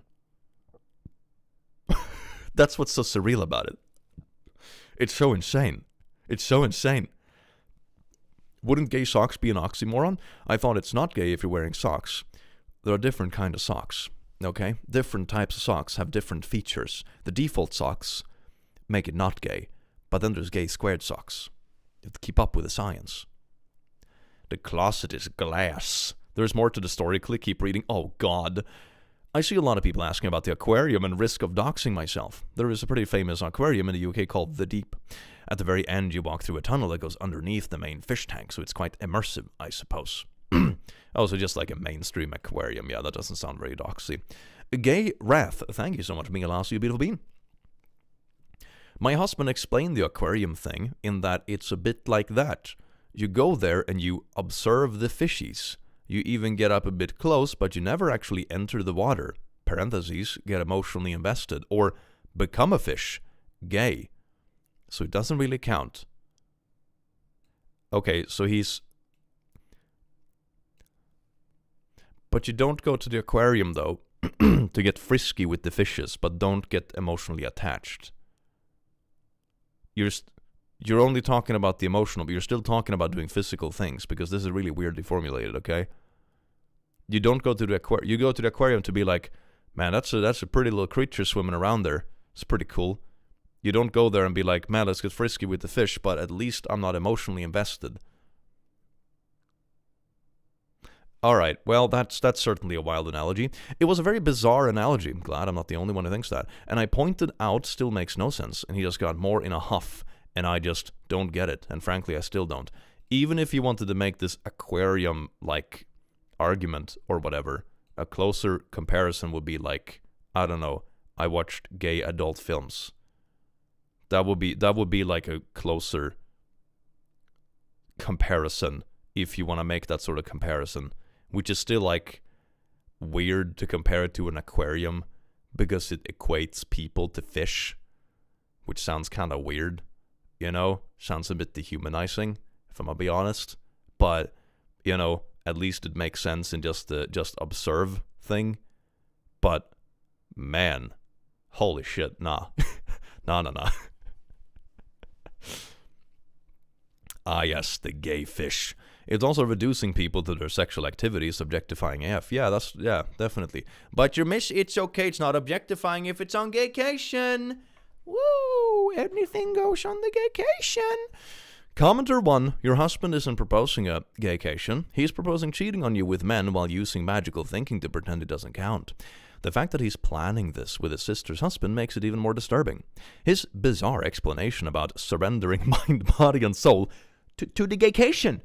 It's not just surrendering mind, soul, it's surrendering to the Gaycation, the great, godly, supreme Gaycation.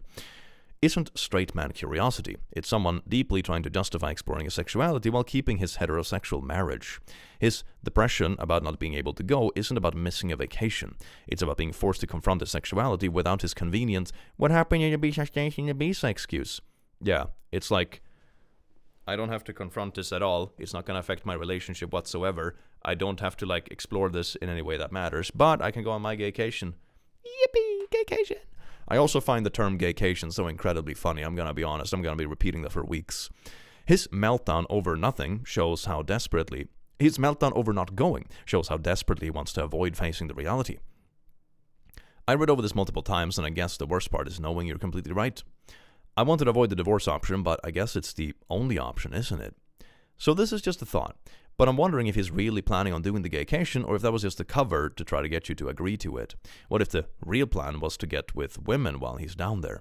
I mean, with women, or with the sister's husband.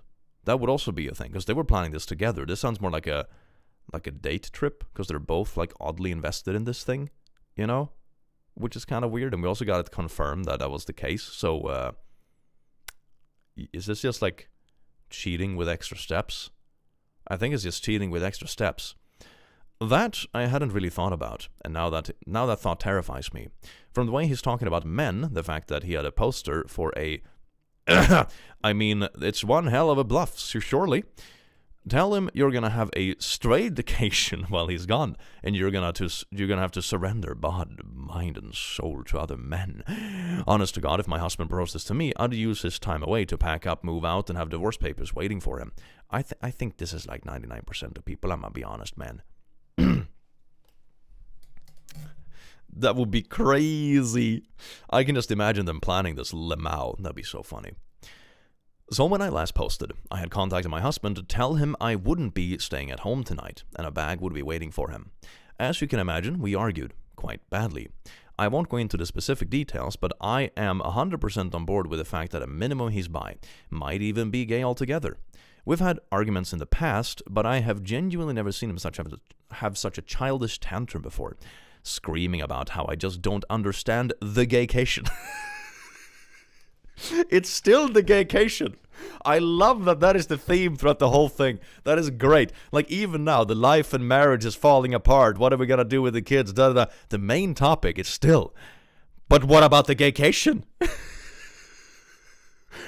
about the gaycation?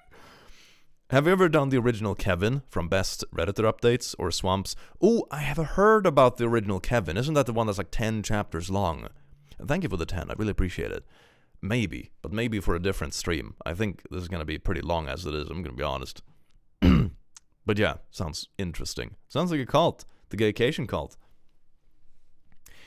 Absolutely despise that phrase now. What, Gaycation? Gaycation is a beautiful phrase.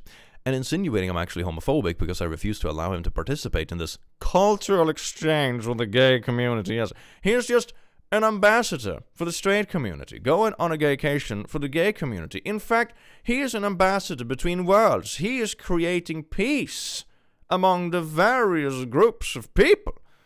Man.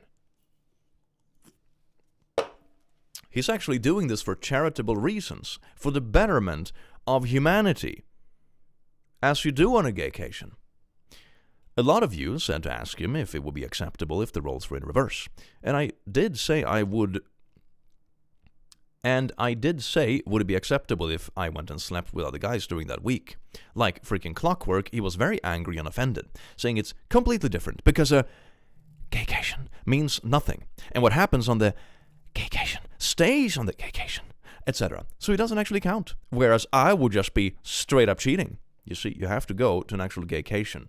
Okay, but what if your wife went on her own gaycation then? Would that be okay? The Nile is a river in Egypt. Cultural exchange. Is that what the kids are calling it these days? I cheated with the next door neighbor from the great kingdom of next door for a cultural exchange. It's just part of my ambassador tasks to keep the war at bay. Lesbication. The Koneko, thank you so much for being allowed, you beautiful bean. Well, I turned it around on him. No, but you see what happens in Manchester stays in Manchester. It doesn't mean anything, it doesn't count. It's like bird watching.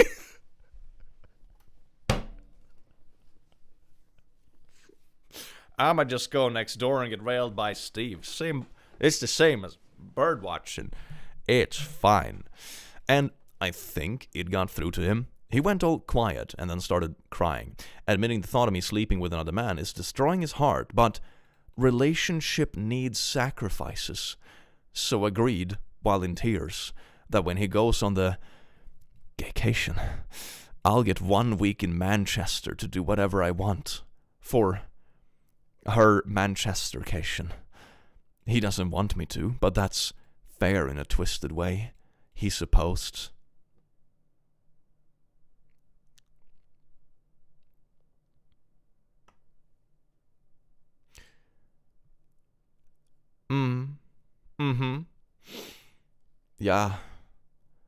Yeah, a mancation. Ooh, it's pretty good. Yeah, I can't spell Manchester without man. Oh, that's pretty gay. I told him to get out of my house. Thankfully, he left without a fight. I know it's incredibly petty, but I also drained the joint bank account, legal in the UK, so he couldn't try to use it against me. About an hour later, I got rung up by his mom, my mother-in-law, who just screamed and screamed at me about being a cheating W-word, how I was horrible, what about the kids, etc. When I finally got my composure back, I just said, ask your son about the gaycation. Obviously, at first she got angry, but I said, no, just ask him about the gaycation. He'll explain. But she called me a freaking joke and hung up. I'm gonna go out on a limb and say, like, the husband gave her a little bit of a different story. Oh yeah, I'm so sad, Mom. She said she was gonna go on her mancation in Manchester. That's what he told her. I'm willing to bet money on that. When it comes to bird watching, it's not just you watching the birds. The birds are also watching you. Thank you, Lady Eden. The birds are watching you with their privates. Later on, getting into the evening, got another phone call from her in floods of tears. She was very apologetic, and I told her she doesn't need to be the one to apologize. She was so upset that she put father-in-law on the phone, who, while he sounded calm, I could just sort of tell he was on the warpath. Again, very apologetic, and said he overheard that phrase. Asked my husband, and husband initially said no, it's nothing, before explaining how it's a modern thing that men do, etc. He tried to get the parents in on the gaycation too. Oh, this is great. This is great. Ponycation is an equally wild story. It's got very similar vibes to this one. Pony story?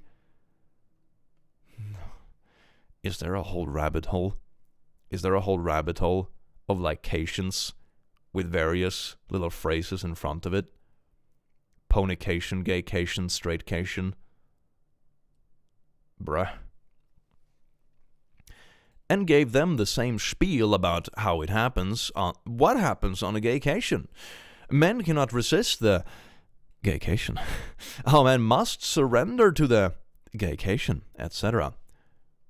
Okay, but has the father-in-law ever been on a gaycation? I mean, now he's actually talking to a fellow male, trademark, so should be able to verify. Father-in-law just said they told him to leave or they would call the police. Son, don't you know that gaycations are legal when we grow up? I don't care where he goes, but he wasn't staying there. Husband tried to call me while I was on the phone, but I just ignored it. And father-in-law just said he was so sorry for me, and they have my corner in this. That's one thing.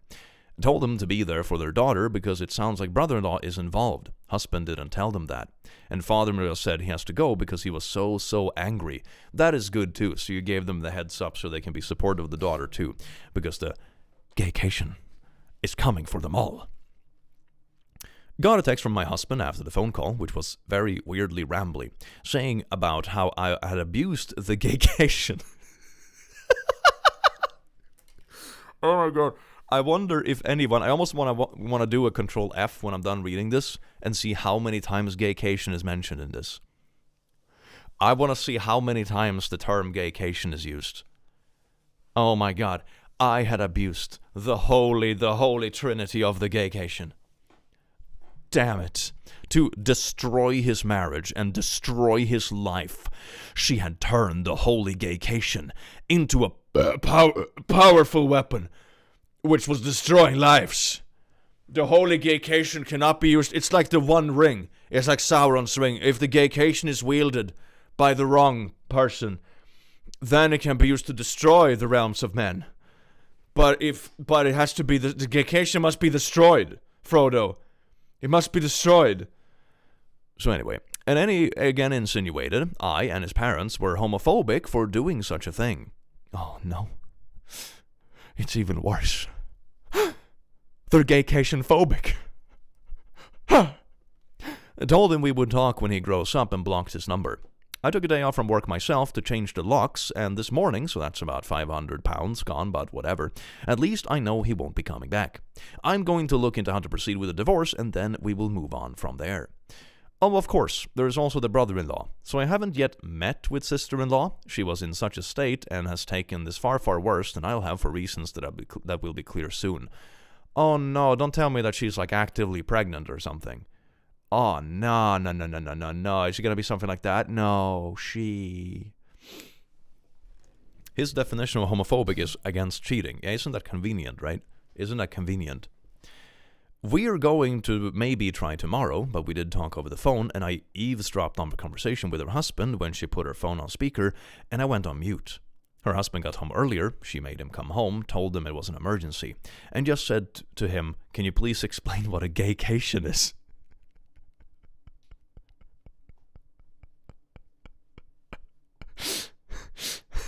The gaycation must be destroyed, Frodo. Ah. Internet Uncle Gay says, we gays don't want straight men in our spaces using us. I mean, this is absolutely wild. You ever been on a gaycation? Gaycation is like the infinite gauntlet.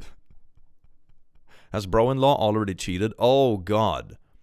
She told me afterwards she was praying he would look confused or just be like, what? Or anything like that. But instead he just sat her down and explained that a gaycation is a new thing, where straight men go to gay hotspots and partake in gay shit stuff, but it doesn't count because there's no investment. What do you mean no investment? You have given your body to this thing, you've paid for an entire vacation and renamed it to a Gaycation. What do you mean that... And because what happens on the Gaycation stays on the Gaycation, except STDs, I guess, he said it's like writing down angry thoughts and putting them in a drawer. You never have to see them again. Aside from bringing home STDs or like, cheating on your partner and all that kind of good jazz, that comes with cheating and being casually fricking around while married and, things like that.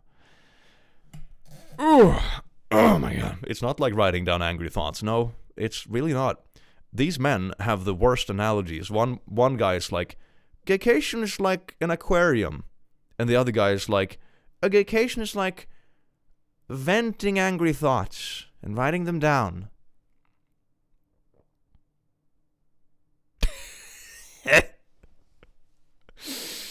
The whole time, sister-in-law is in tears as he just calmly bats off the same points my husband did about how it doesn't count. And he even did the whole it's impossible to resist, you must surrender, be destroyed. Seriously, I think they must be speaking to a to a dommy-wommy or something. Are there even male doms? I mean, yeah, I guess. Because surely neither of them are into this to actually make that up on their own. It sounds like they're being fished into like a cult or something. This is insane. I really don't want to go into what was discussed for her sake, but it did become very apparent to me that brother-in-law is into sissy hypno stuff and at times conflated that with the concept of a gaycation. Okay. There was this utterly surreal moment where sister-in-law was just trying to wrap her head around this while also in a flood of tears. And he explains so genuinely, so matter-of-factly, that for most men, the gaycation is either a one-time or an annual thing. But some men go on gaycation for years. All right, honey, I'm off on my little gaycation. See you in 13 months.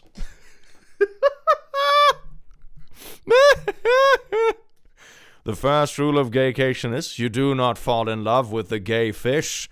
Thank you, evil gay scientist. I knew I could trust you on this. And we're back into cults. It always ends up being a cult, doesn't it? And others simply never return. Once you embrace the power of the ring, Frodo, you cannot come back from the gaycation. You are the gaycation, and the gaycation are you. You cannot simply walk into the gaycation. Because they use hypnosis and mind control to be totally feminized into a state of permanent pseudo-gayness. She said in disbelief, surely if you're taking it up the arse willingly because you want to, that makes you gay. And he said no, because that's the beauty of the gaycation. You can do all this gay stuff, but you don't interact with the wider gay life experience. Wait a second, but wasn't it about the cultural exchange? Wasn't this about being an ambassador between the straight and the gay and doing it for the betterment of humanity and enriching culture? This doesn't add up. Someone is lying about the gaycation. I feel offended on the behalf of the gaycation. She asked him if the sissy stuff is what he wanted, and he said not on a long-term basis, and was adamant this is something all straight men do, but she wouldn't get it because she's a woman. This is a man thing. You just wouldn't understand cheating with extra steps, I guess. Then there were more insinuations of homophobia. Well, that marriage is dead too, I suppose. The whole ordeal ended when she said to him he has a choice to make, and he said no. He doesn't need to make this choice, because the beauty of the gaycation is that it allows him to keep his marriage, because it doesn't count. Okay, my little boy, my little dear gaycation fan, you do realize that a marriage is like a two-person thing, right? Gaslight, gatekeep, gaycation. Like, if your wife says, nah, bruh, I want a divorce, the divorce is gonna happen, you know? Like, how do you think marriages work? Those two gaycation guys might experience the long-term gaycation together after divorce. Ooh, maybe that's what it is. Maybe that's what they mean in the cult. They never come back from the gaycation because they're heckin' dumped. Man, that's great. Bro, I just got here. Welcome in. I do hope you enjoy your gaycation. This shit is gold. She said that's not the choice. The choice is whether he's leaving the house that night or she is. Only good thing he did was leave. Me and sister-in-law spoke about it after, and I'm just still utterly stunned. I understand she's gone to her parents for the support. What exactly did we do to have our lives destroyed in such an abrupt, bizarrely embarrassing way? Per some advice, I am going to look at devices and bank statements to see if I can find any definitive proof of cheating. After that, I suppose figure out how I tell the boys why their father won't be coming home. Be careful, maybe they will also be enthralled with the concept of the gaycation. Everyone is enthralled with the gaycation. You wake up one day, you go out into the street, not a single man is visible. You want to have like the typical neighborhood handyman fix your pipes, but he's nowhere to be found. You come to the horrible realization that the gaycation has consumed all. Dun dun dun. Edit. I spoke to sister-in-law. My husband's family is older sister. My husband families. Okay, I think it's a typo. Older sister, him younger sister, original sister-in-law, and gave her a skimmed-down version of it. She asked her husband, and thankfully he was deeply confused, but then mentioned about 2 years ago at a birthday party, he was approached by my husband and brother-in-law about signing up to some online boot camp around BDSM cross-dressing. Okay. He assumed they were taking the piss out of him, so told them to frick off and never really thought of it again. The fact that this has been going on for this long is making me want to throw up. Man, that is nuts. What this husband and this brother-in-law, oh my god. They really fell into some kind of rabbit hole. They became Discord kittens. But rebranded it to Gaycation. Another soul lost to the Gaycation. What? What do you mean, what? What? P.S. The poster has said about divorce options. I'm actually looking into adultery because plain and simple, that is what it is. Commenter 1. Your husband and brother-in-law are deep in a shared delusion that destroyed two families. Their identical talking points about surrender and destruction prove this was coordinated. They are not just planning to cheat, they're involved in some online community that's warped their thinking. They went down a Discord rabbit hole, I swear to God. Discord kitten cult. Oh my god. The fact that they both instantly launched into the same script about gaycations shows this isn't spontaneous. You made the right call draining the account and changing the locks. Their attempt to flip this into accusations of homophobia to show how desperate they're trying to avoid responsibility. Their identical language, the bizarre aquarium and bird-watching analogies, the talk of surrender or be destroyed, they're in some online echo chamber that's completely divorced from reality. This is like, this is a good takeaway lesson for life in general. I've had it happen, especially I think during COVID. Not gaycations, okay? Not sadly, it wasn't gaycation. It wasn't anything that fun. But sometimes when you spend too much time online, as you do sometimes in this job, sometimes you get down into these rabbit holes and, arguments and that kind of stuff, and you watch like creators that are like a bit too chronically online, and then you go outside and you realize that, man, none of this is fucking real. Click on Gaycation. Gaycation is actually just an MLM. That would be a fun reveal. When your husband agreed to let you have a Manchester wake while crying, he revealed the whole lie. He knows exactly what this is. Cheating. He just wants permission to do it while denying you the same. The talk about hypnosis and permanent feminization reveals how just far this goes. Get a lawyer, protect your assets, and document everything. This will get worse before it gets better. Focus on protecting yourself and your children, because they're too far gone in their shared fantasy to see the destruction they're causing. What a pathetic hill for two men to die on. They destroyed their marriages, traumatized their families, and alienated their parents, all while insisting none of it counts because they made up special rules about it. They want to cheat without consequences, and they've found an online community that validates this fantasy. Yep. Why are we looking at the Gaycation post? Because we're gonna go on Gaycation, baby! Internet Uncle Gay is enraged by these two guys enough to want to take out rage on them. Heck yes. Gaycation ESD when? Get your own Gaycation emotional support. Oh, is this... I'll make this one. Next summer, we're gonna have Pool Party ESD in rainbow colors for the proper Gaycation. Get yourself a Gaycation ESD today. Use code GAYONVACATION for 10% off at checkout. Gaycation Emotional Support Demon coming out this summer. Booyah, Gaycation. The glasses are even detachable on Gaycation Emotional Support Demon. Man, I'm honestly starting to think if I should name this Gaycation Emotional Support Demon. That'd be so fucking funny. That'd be so funny, dude. Oh my god, that'd be so funny.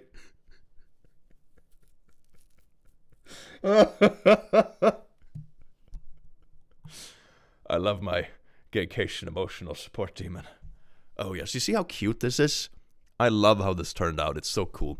It's so cool. You can even put the glasses up here. It's amazing. I love this thing. I love it. We got ourselves a little Gaycation Emotional Support Demon. Do you need emotional support on the Gaycation, especially when your mind and body gets absolutely destroyed? Is the little hat on the sprinkle one removable? No, this one is not removable. But I don't think it doesn't have like a lot of attachment points. So I would say, you know, you can literally stick your finger through it. So like if you're a bit crafty, you can definitely make it detachable by just like with a bit of Velcro, I suppose. But yeah, it's not detachable by default.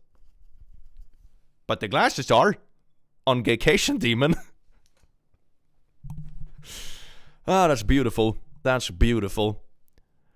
What pushed me off the cliff was when brother-in-law said he doesn't need to make a choice because the beauty of the Gaycation is that it allows him to keep his marriage because he doesn't count. He's definitely been kissing Op's husband at the family get-togethers. Yeah. Yeah. You can hide things under the hat then? Perfect. Yeah, you can hide your little Gaycations under here. You see? There is enough room for like a little Gaycation, like a long weekend Gaycation fits in here. It's perfect. How crafty are you? I used to be a bit crafty, but I haven't done it in a long time. So I would say fairly mediocre. Control F. Oh, that's good. I'm gonna switch screens so it doesn't jump around to anything stupid. I don't trust scrolling Reddit without like looking at it first. Gaycation. Okay, chat. I want you to guess. I want you to guess how many... No cheating. No cheating. I want you to guess how many Gaycations we have. I don't think you can see it in this crop. Oh, that's perfect. How many Gaycations? 10,287, 85, 30, 10. You see? The beautiful thing... You know what I talked about before? With like the law of large numbers of people. That if you ask a bunch of people to guess something... the average will be pretty close to reality, right? It's like if you ask a bunch of people who aren't like super into, you know, animals, and you ask them like, oh, how big is an elephant? And then you take the average answer, it will be pretty close to reality. So when I look at these numbers in my super brain, it's probably pretty close to the average. I'm gonna be honest. There is a total of 103 Gaycations, but I think it included some of the comments. Yeah, some of the comments are definitely included. So maybe it's more like 60. I think it's closer to 60. Yeah, 103 including editor notes. Yeah, exactly. So I think it's more like half of that. So it's like 60 maybe. So like 60 Gaycations in the OG posts, and 103 if you count the comments. A page full of 103 Gaycations. Hell yeah. I'm proud of that. Please, if you get the chance, I think you'd enjoy the employee stories from r/Joanne Fabrics, especially with the liquidation. Some of the stories and photos are wild. That's a good idea for a future stream, hell yeah. That's a lot of Gaycations. You see, they said that some people never leave the Gaycation. I think this is proof of it. This is proof of it. Maybe this is just a weird advert for Gaycations. Yeah, like, at least a few 100,000 people must have seen this post. Like, at least. It's a pretty well-known one, right? So, how many people do you think became interested in Gaycations because of this post?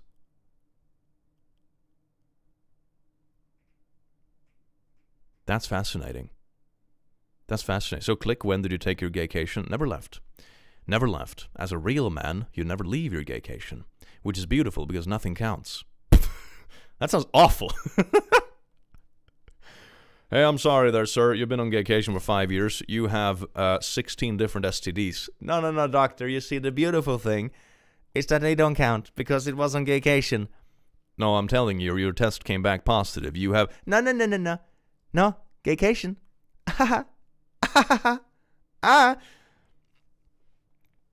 Click, you have technically advertised Gaycation to 3,000 people. Well, it's going to be more when the VOD goes live, so it's probably going to be a few 10,000, so that's good. Hell yeah. 5-minute crafts with Click. Alright everyone, today we're crafting our hat to take with us on Gaycation.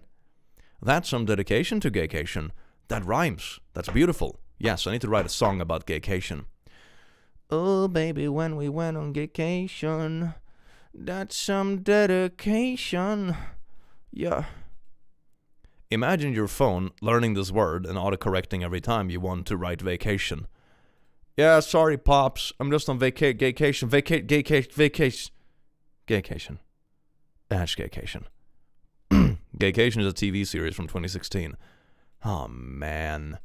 Is that where it comes from? That is so underwhelming. A TV show? Is it good? Is it at least a good TV show?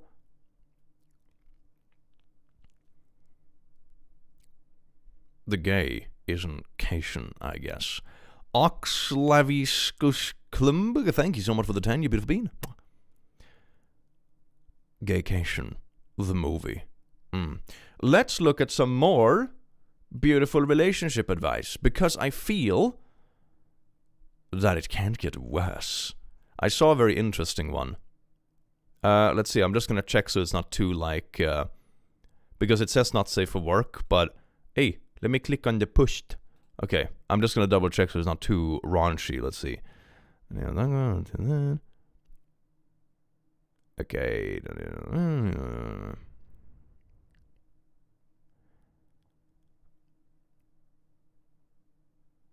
Okay, this doesn't look super not safe for work. Okay, anyway, we can probably read this one. This one is called, I think my 25M wife, 23F, thinks that I murdered my ex. This is great. My boyfriend and I shall be taking a gaycation ASAP. Thank you, Click, for the recommendation. You are very welcome. Let me know how the gaycation goes. I leave for 15 minutes. What? Did you go on a quick gaycation? I hope you went on a gaycation. Hell yeah. Oh, her ex. I dyslaxative that one. Okay, so his wife thinks that he murdered her ex. This is spicy. About a month ago, while out shopping, my wife and I ran into her high school boyfriend and his mom on the street. It was a slightly awkward encounter. But his mom made a comment about how good they were looking standing next to each other, like, it was meant to be. Oh, you mean like the mom said that about her ex and her, while the husband is next to them. That's a bit weird. Okay. We said we were in a bit of a hurry, and as we were walking away, he said something along the lines of, hey, we should grab coffee sometime. I didn't think much about it at the moment. Sure, his mom was awkward, but they had been broken up for about 7 years, and I do think he meant it just to be friendly. But we still had a quick check-in after we both agreed it was awkward, and I wasn't too upset. And that I wouldn't even necessarily mind them meeting up for coffee, provided that it became clear he... And I wouldn't even necessarily mind them meeting for coffee, provided it was clear he still did have feelings or was making advances. She would cut him out. She wasn't even sure she would want to take him up on it, but it was purely hypothetical. I mean, sounds like a healthy conversation. Hey, Click, love listening to your videos while I write fantasy novels. You always make me laugh and smile, even on my roughest days. That's so sweet. Thank you for the fine mean. I do hope you enjoyed the stream. The mom was not over the relationship? Yeah, I know, right? That evening, I met up with some friends for drinks and was home at 1 a.m. The next morning, my wife got a message from her friend that her ex died that night. What? We got a few more details over the next couple of days, but it seemed he suffered from epilepsy, and that night, in a freak accident, had a seizure, fell, and fatally hit his head. Okay, but how does that turn into, like... That sounds tragic as hell, But how does that turn into, like, the wife thinking someone murdered someone? Anyway. I think there is no foul play suspected or criminal investigation or anything like that. In the week since, she started acting really strange. She hasn't been abnormally sad that he died, but more like cautious and fearful around me. She hasn't made any kind of direct accusation, but has been asking me a lot of questions about where I went drinking with my friends, who I was with, what time each person arrived and left, etc. She's lately mentioned that she wanted to spend some time with a friend to catch up for about a week. I don't know, this feels like it's leaving out some details. You think so? I mean, maybe. He could have been leaving out details about, like, the talk they had that, you know, he was more upset about and be like, no, I don't want you meeting him. It's obvious that it will be cheating. You know, it's possible he had a stronger reaction to it, which would make her more sussy. But it's also really weird, like, if it's very like, oh no, he had this condition, he had a seizure. It's very obvious it was an accident, you know. She's addicted to true crime. Hey, that could be it. Maybe she met with a guy and didn't tell him. I don't know. That, I mean, possible, I suppose, would explain, like, the paranoia, but yeah. Her ex's mom brought it up, trying to ruin the relationship. The ex's mom was weird.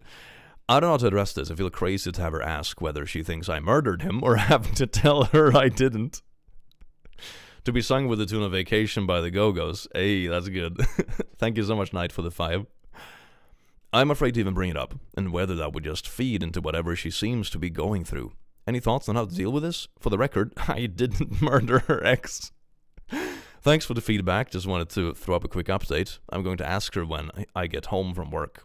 She always knew it needed to be a conversation. I always knew it needed to be a conversation, just needed to hype myself up to actually do it and figure out how I wanted to approach it. We'll let you guys know how it goes. 11 days ago. I'm going to check if there's like an update. You don't need to ask her that. You need to ask her why her demeanor towards you has changed. Communicate. Honestly, that's a better way to bring it up. Like, hey, what's up? You've been bothered the last few days. What's going on? That's what a guy who murdered her ex would say.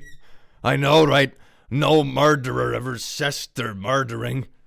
That's so sus. Yeah, we're gonna check for an update. What if she was the one who did it and is acting cautious and weird because of it? Think about it. It all makes sense. Ooh, the comments spreading more paranoia. This is how you'd solve this. Just appreciating cute corner walking ESD. Thank you so much for the... Oh my god. Ooh. Oh, thank you so much for the 10, you beautiful bean. Great crime show idea. Ooh. Yes. Sounds like a show my mom would watch. I will try to communicate this with her and with someone who she trusts, like her mom or best friend. Tell her that you worry because you noted her difference since the death of her ex and try to ask for her feelings and what happened in her head. I think that's a really good suggestion. He said, while thinking about the next murder. Okay, I'm gonna switch screens because in case the profile is not safe for work, and see if I can find the update.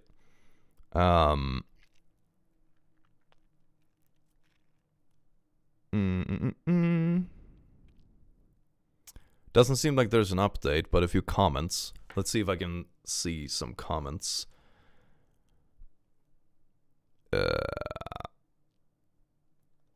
I'm quite confident I didn't murder anybody, blah, blah, blah. Suggestions. Never been in a physical fight in my life. We don't argue.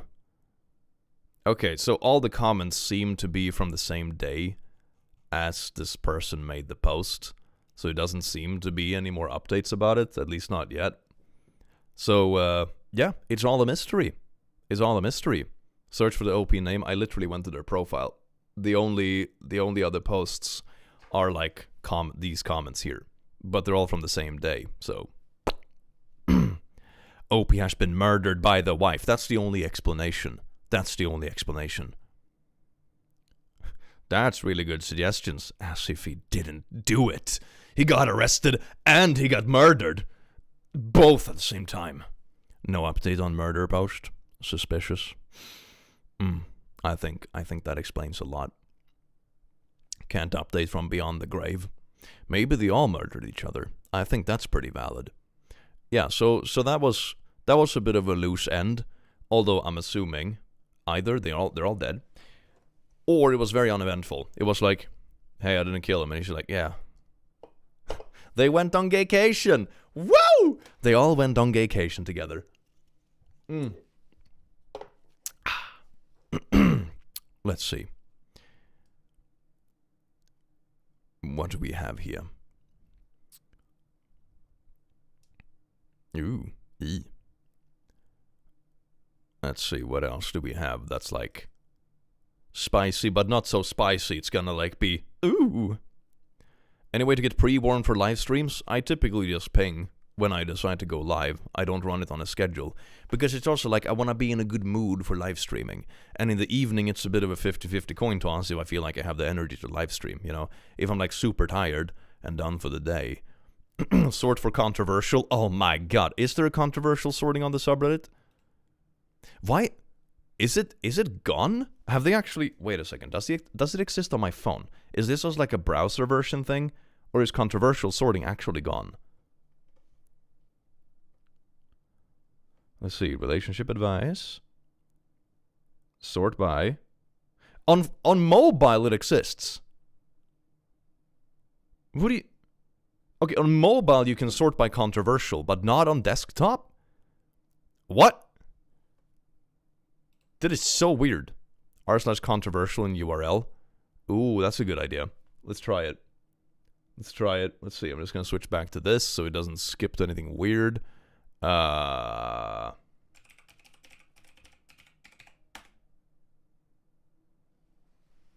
think that actually... Oh my, that's not safe for work. Let's see, what else do we got?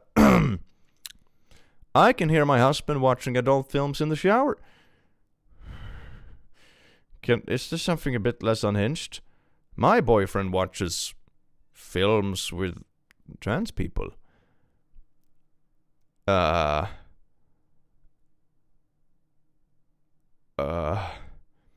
cheated on my partner and horrible things happened to her after. Maybe sorting this by controversial was a mistake, man. Bruh. There was not enough gaycations.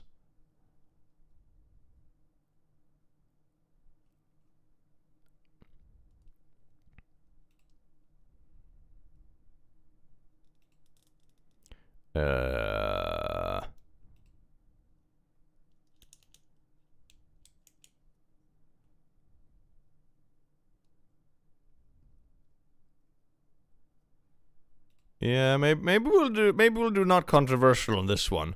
That's a little bit like those were kind of spicy. Yeah, we're back to regular sorting. Oh my god, I think the controversial ones require a bit more filtering, and most of them have like, 3 comments, so it's a bit unclear how engaging they actually are. Is there such a thing as transcation? Ooh, intriguing. We have to investigate. Okay, let's scroll down a bit, see what we find. Husband admitted he's poly. What now? Okay. Sounds interesting. This sounds like the kind of thing that would create a war zone in the comments if I were to read this in the video. I'm gonna be honest. Read the gay witch story? I might save it. That sounds great though. Husband admitted that he's poly. What now? For the entire time we've known each other, my husband has said he's monogamous. No problem with me, since I am monogamous as well. We have been married for 6 months now, dated for 2 years, and this has never been a problem I've considered before. I mean, if you listen to the alpha male podcasters, they will tell you that the natural state of an alpha male is to be polyamorous, because of all the whammons throwing themselves at you at all times, whereas a woman's natural state is to be monogamous, so cheating for me but not for thee. Anyway, well, today my husband decided to drop the bombshell that he's been polyamorous this whole time. He said that he realized it when he was a teenager.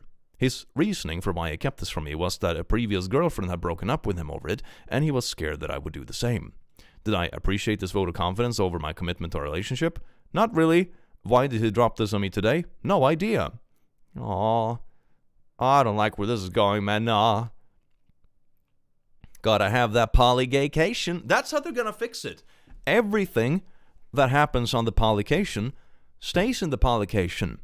Greetings from Czech Republic. Just want to say your videos really help me. Oh, that's really sweet. Thank you so much. I love Basil. Thank you for the 50, a beautiful bean. After I calmed down, my husband told me that it didn't feel I was enough. Oh, he didn't feel I wasn't enough or anything like that. Phew, okay, I misread that first. Just that being with one person felt off, and he didn't want to be tied down with just one person forever.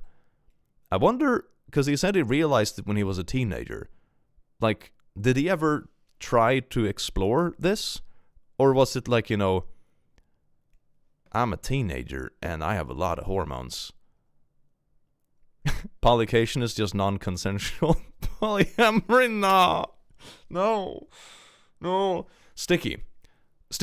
So why did he get married? Yeah, it's kind of like, I don't know. I don't know how it works. I have never had these feelings myself, so I wouldn't know. This doesn't really sound like poly, honestly. I mean, when he says that, he's been polyamorous this whole time, but never explored it, but someone else broke up with him over it. But, like, did he actually try it? I don't know. Does he have a fear of commitment? I don't freaking know. Tell your partner before you're in a committed relationship so they can make an informed decision. I mean, yeah. Especially if you know it ahead of time. Like, it's one thing to figure stuff out once you're already in a relationship and be like, oh, man, I just realized this about myself. I mean, that's one thing. Shit happens. But this is certainly not that. At this point, I reminded him that he's quite literally signed a legal document that tied us together forever, and he didn't have a good answer for that. Yeah, exactly. Yeah, this is the whole thing. Like, he knew ahead of time, still signed everything, and went ahead with marriages and everything. It's like, but they? As a polyamorous person, I'm telling you, this guy is unhinged. I've read this one dude just wants to cheat. Yeah, I feel kind of bad for poly people, man, because I see stuff like this so often where it's so obvious that some person just wants to cheat and justify it, and they're like, oh, it's just a polycation. Even disregarding how insane it feels that he kept this from me for so long, I have no idea where to go from here. I don't have a problem with people being poly or having open marriages. I've always had the mindset that it wasn't for me, but it wasn't any of my business. Except now it is my business, and I don't really want it to be. On the one hand, I don't like the idea of my husband having to ignore this part of himself for my sake, even though he tells me that I am enough for him. Okay, then what's the problem? But what's the problem? Bro proposed and said he doesn't want to be tied down. Yeah, right? Then don't. This is also like, okay, but if he says that you are enough, then there is no problem? Okay. I don't know if I should believe him or not. I want him to be happy. But on the other hand, I know that opening up the marriage would make me unhappy. I've been reading other people's experience, and almost everyone says that communicating with each other about the people you're seeing is the healthiest way to do it. But even the idea of my husband telling me about these people he's going out with makes me feel sick. Yet then it's not the way to go about it, Like, that sort of communication only works if both people are actually comfortable with it, and then you worked with the communication and stuff, just like you do in any relationship framework. But the problem is that this is outside of this relationship's framework in the first place, so communication isn't really going to fix it. As a polyamorous person in poly relationships, it's an a-hole move to know you're poly but purposefully lie about it to keep another person in the relationship when they don't know the whole picture. Yeah, especially when they know it ahead of time, right? That's wild. I don't have any interest in seeing other people, so this would only be for his benefit and would make me feel like poo. Convenient how that works. I feel like I'm backed into a corner with no good way to go. I don't see any sort of compromise where we're both happy. I want to work this out, but I don't know how. Is there anyone who's been in a similar situation, has any advice? Any help would be appreciated. Edit will make a longer post with full update later. He is cheating on me. Who would have saw it coming? It's like, oh, I'm cheating and I feel kind of bad. I want to tell my wife, but I know I shouldn't.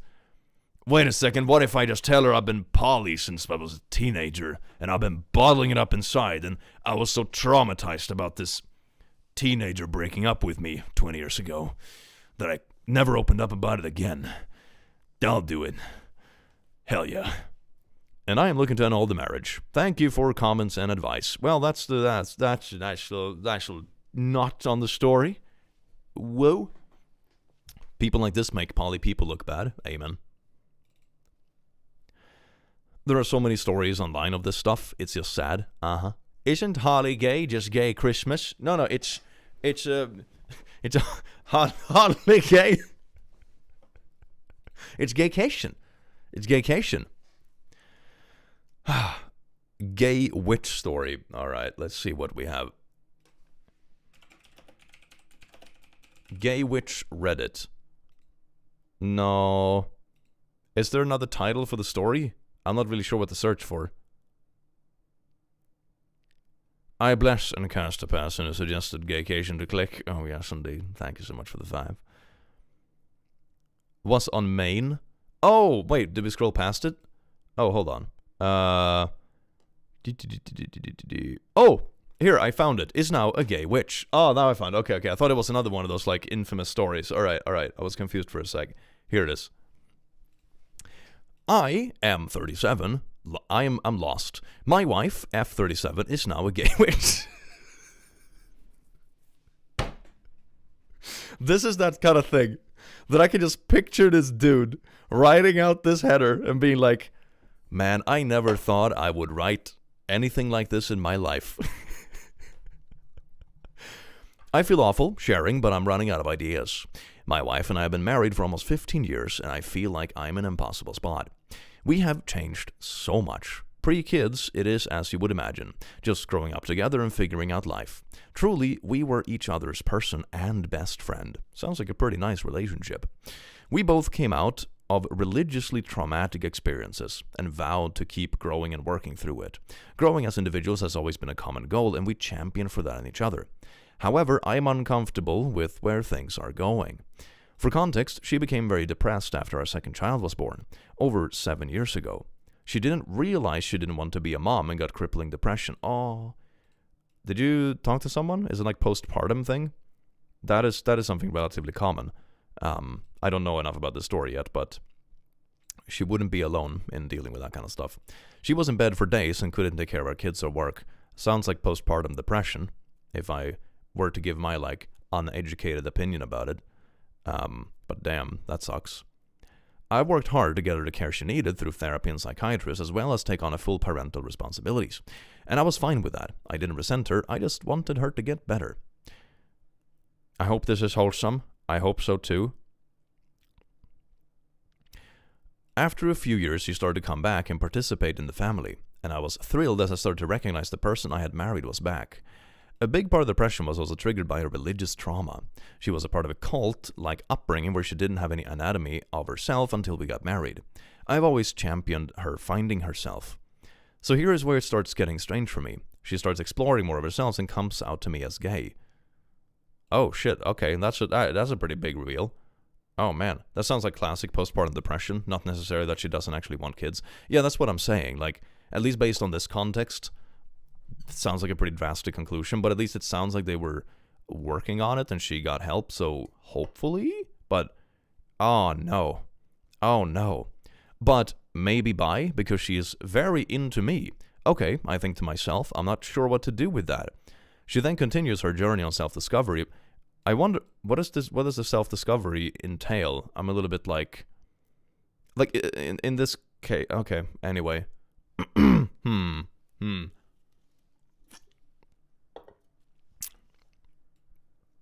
She goes to Hogwarts. Oh, yeah. She took Shroom. Sounds like she discovered she wasn't straight during therapy untangling the PPD. That is entirely possible.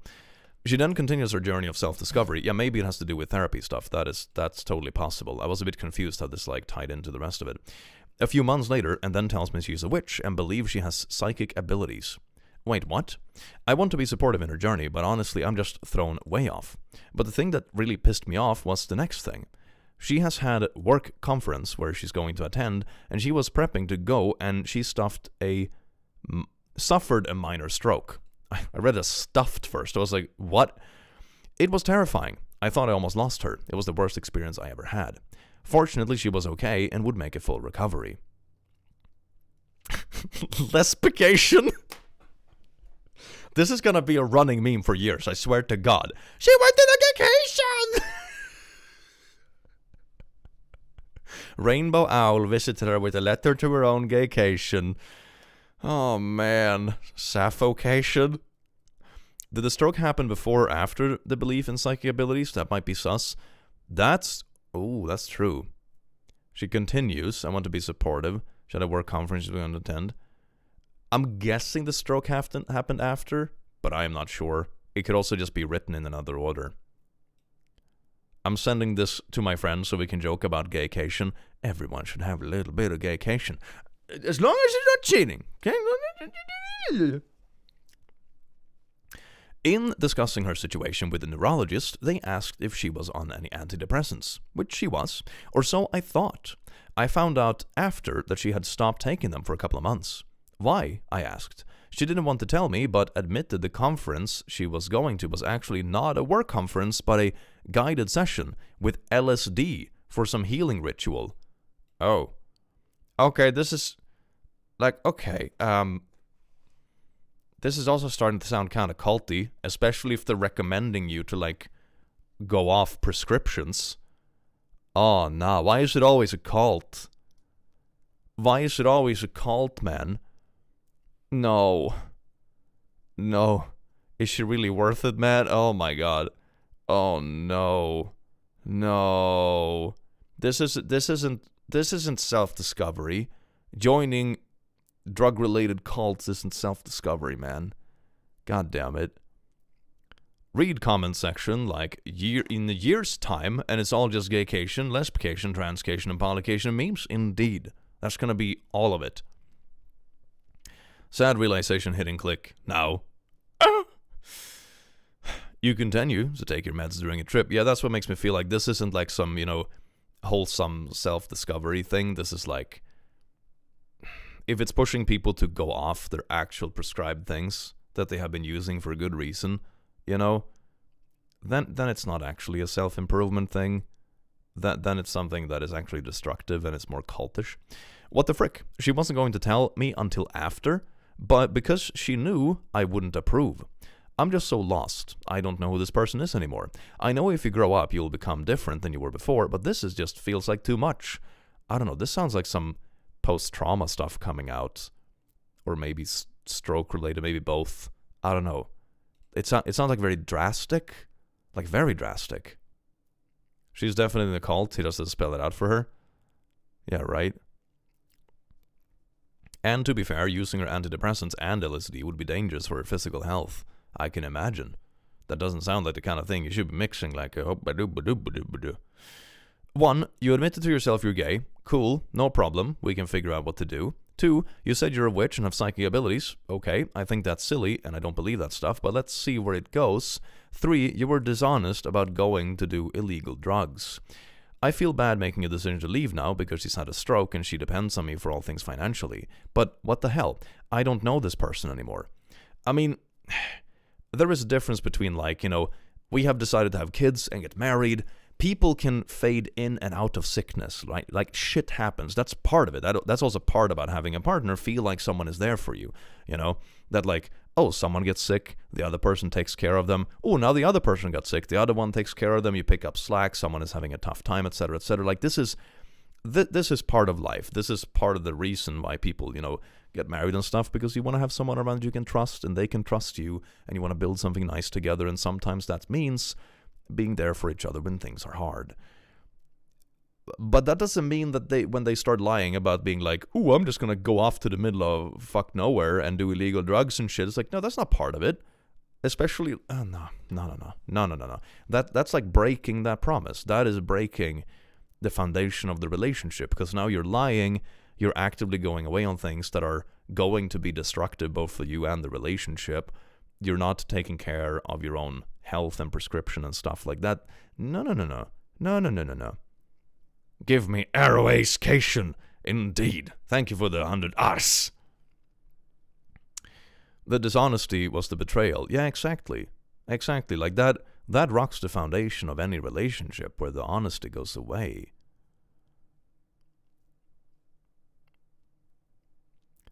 God, people using other people's bad mental state makes me so mad. Omg. Welcome to Clickstream. He swears often. I swear sometimes. Well, to be fair, there have been more gaycations than swears in this stream. Make what you will of that information. 3 in the morning, and I have a chem finals tomorrow. I'm watching Click instead of studying. You should go to bed. Oh my god. I'm going to ignore Elon and enjoy Click. Hell yeah. I'm Australian. Swearing is practically punctuation. Raffle. Indeed. Click Gaycation coming up. That's going to be like an IRL stream in the near future. Hell yeah. No, this is sad. This is sad. I mean, it sounds like she's been dealing with stuff, and, you know, her struggling because of it makes sense. It makes sense. But at this point, that's becoming a betrayal of the relationship. Like, this is no longer about struggling. Now you're actually actively lying to your partner. Now it's not like, oh, I'm sick or something, so, you know, your partner is there for you and so on and so forth, which, you know, that's how it goes. But this ain't it. This ain't it, man. Normally, ESD and birthday ESD must do battle. They always do. Sabbatical. Thank you so much, Kira, for the cultural exchange. Oh, yes, indeed. Do one homework problem every time he says gaycation. Gaycation. Gaycation. Gaycation. This is a clickcation. The claims of having psychic abilities and sudden switch up in personality sounds like she might be having a secondary mental health crisis, especially if she's dropped her medication. She needs to see a doctor. She's back on them, and as far as I'm aware, she was only off them for a couple of months. Even with the medication, she seems convinced. That's why I think it's a secondary mental health crisis happening. Antidepressants aren't going to stop psychosis if she's actually an underlying bipolar or schizoaffective disorder. The change almost sounds like mania. That is this is also way outside my area of any kind of expertise, but I've heard stories like that, and manias can last for a long time as well.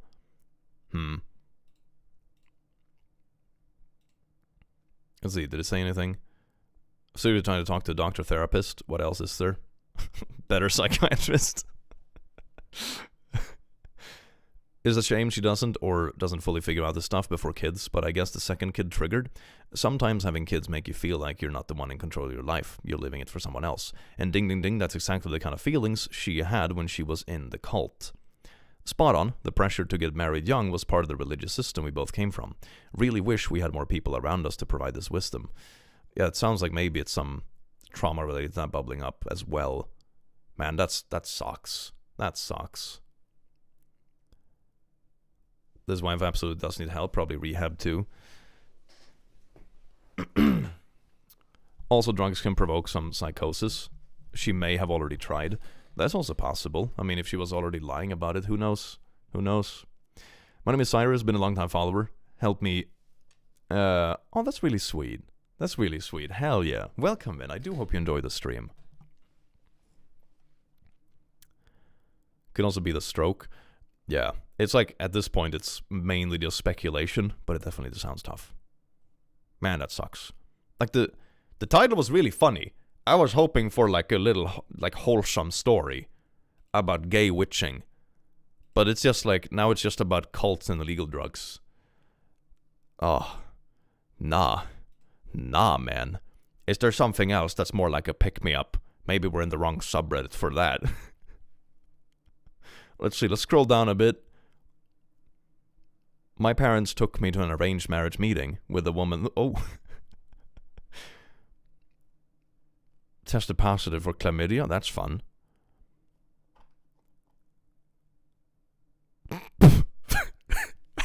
Okay, this one sounds pretty funny, I'm gonna be honest. Let's see how gross it is, but... How do I, M31, bring up the subject of bathroom etiquette to my new GF, F29, after she left a giant mess in my bathroom? What kind of mess we talking? What kind of mess we talking? Also, can't drugs trigger bipolar? Not sure about that, but I have an uncle who experimented with weed and awakened symptoms of undetected bipolar. I have heard something like that in rare occasion it can trigger stuff. I remember I had a friend who was worried about that because it had happened to someone they knew or something like that, but also way outside my area of expertise, but damn.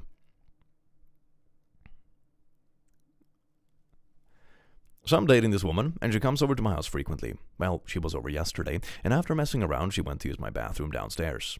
After she left, I went to use the same bathroom the next day, and she must have had some explosive digestion issues.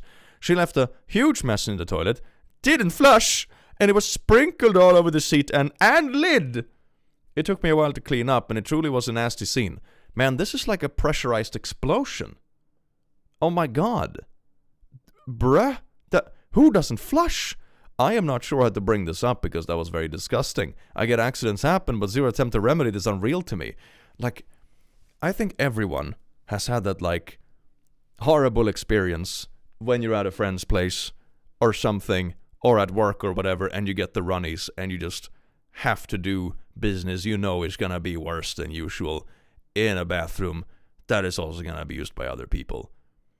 But I cannot imagine leaving it without cleaning it up or flushing. Like, in worst case, just stay in there and leave it locked for another 5 minutes or so. Well, just clean it up.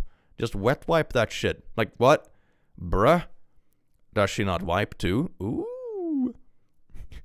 I would decide right then and there this is not someone I want in my life. Yeah, if I had someone over for like a date night and they left a giant detonation inside and on top of my toilet without even flushing or even trying to do anything, what do you think it's going to be like to actually live with the person? Holy shit. Are they just going to like go around and detonate around the house like a pupper who isn't housebroken? Man. We have a saying for this in Sweden. It's called the sprutlackera insidan av toan. So you basically spray paint the inside of the toilet. High pressure paint. I should not be eating at the moment. This is appetizing. Let's see what other cool shit we have. It knows I am a dude in my 30s. I'm only getting like financial ads now. That's great. It knows I'm at the age where house and kids are things, you know? Bruh. Just wait until I start getting diaper ads. My husband secretly recorded us and sent it to my ex. Why would he do that?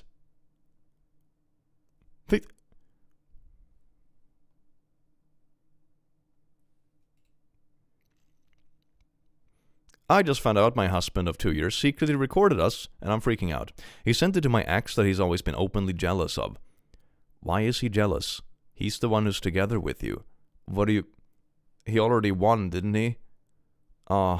I knew he could go a little over the top sometimes, but this is honestly making me insane. And it's illegal. It's also illegal, bruh. I'm not sure what to do. I'm not sure what to say. Police. I found out from logging into his Instagram and seeing their DMs. Screenshot everything, send to police, arrest this motherfucker. My ex was angry in the text, but blocked my husband right after confronting him. Okay, so in this case, go back to your ex because they are a better person, and then get your husband arrested. There you go. That's the solution to this. This exchange was around May of last year. I'm really scared and I'm panicking. What do I say to my husband? I know I need to confront him, but I'm still scared. You don't need to confront him. Honestly, if this scares you and you're worried about it, about how he might react, go to a friend or your parents' place. File a police report about it. Also get your ex on like the witness list about it because he sent it to him. You don't have to talk to him directly. He committed a crime against you and also involved other people in it. You have no obligation to do this. Like, oh, you shouldn't break up over text or whatever. This is someone actually doing illegal, assaulty activities towards you. You don't owe them shit. Okay? Make sure you're physically safe, then report them. And then also bring the ex into the picture if you need a witness for it. Like, that's what you do. Okay? I can't believe he recorded us without me realizing. What if he has more in his gallery? I'm worried. I'm so scared. I don't know what to do. I've cleared my head a little bit, and I'll be looking for more evidence. My sister has a lawyer that I'm in contact with. Nice. So I trust things will go accordingly. Thank you for the advice, everyone. Wish me luck. This is abuse and also illegal. I could never trust my husband again if he did that to me. This is ground for divorce. Ground for divorce and a police filing. This is grounds for getting this dude in jail, honestly. This is not something you come home and be like, hey, honey, let's sit down. Let's have a little talk. This is the kind of stuff that never talk to this person ever again. Never be in the same room with them ever again. They have broken any kind of trust that ever could have been. And then you just report it to the police. get the ex in on a witness list if you have to. Like, there you go. Isn't that a felony? It's super illegal. It's a felony. So yeah. He should be tarred and feathered and boiled with the frogs. Honey, let's have a little talk. The police are on their way. There's no use running. I have locked all the doors. I'm not locked in here with you. You're locked in here with me. Just the recording without consent was enough to justify divorce. Sending it to someone else puts him into RO level. Exactly, that's what I mean.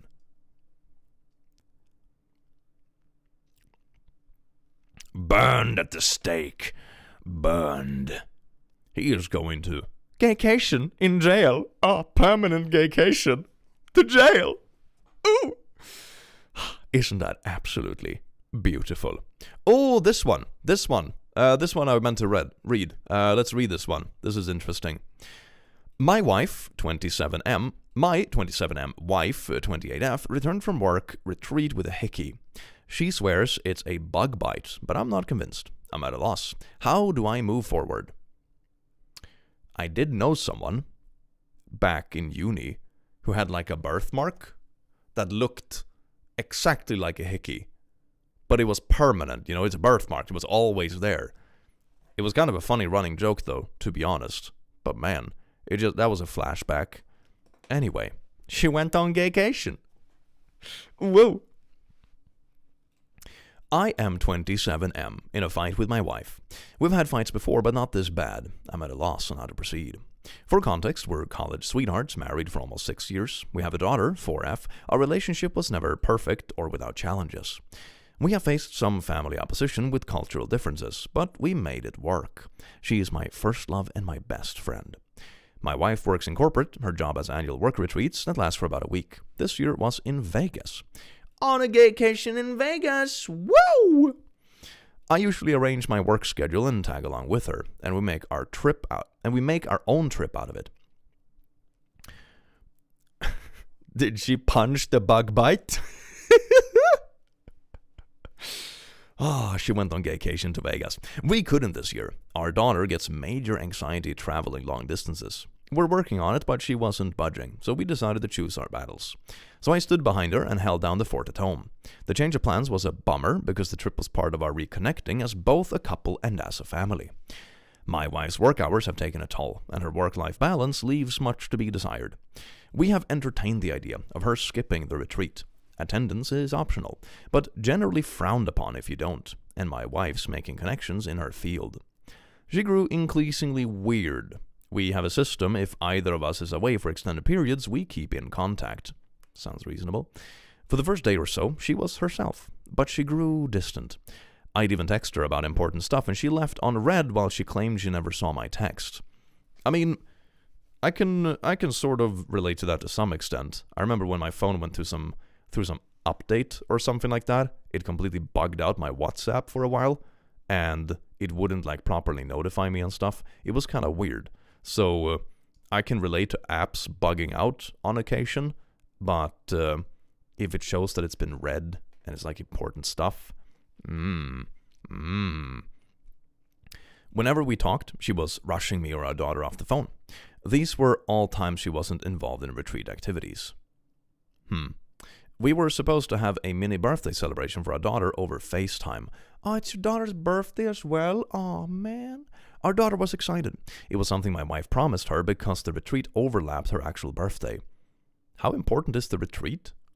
Like, if I'm gonna be honest, if I had a 4-year-old, I would never fucking miss their birthday for like a dumb work thing.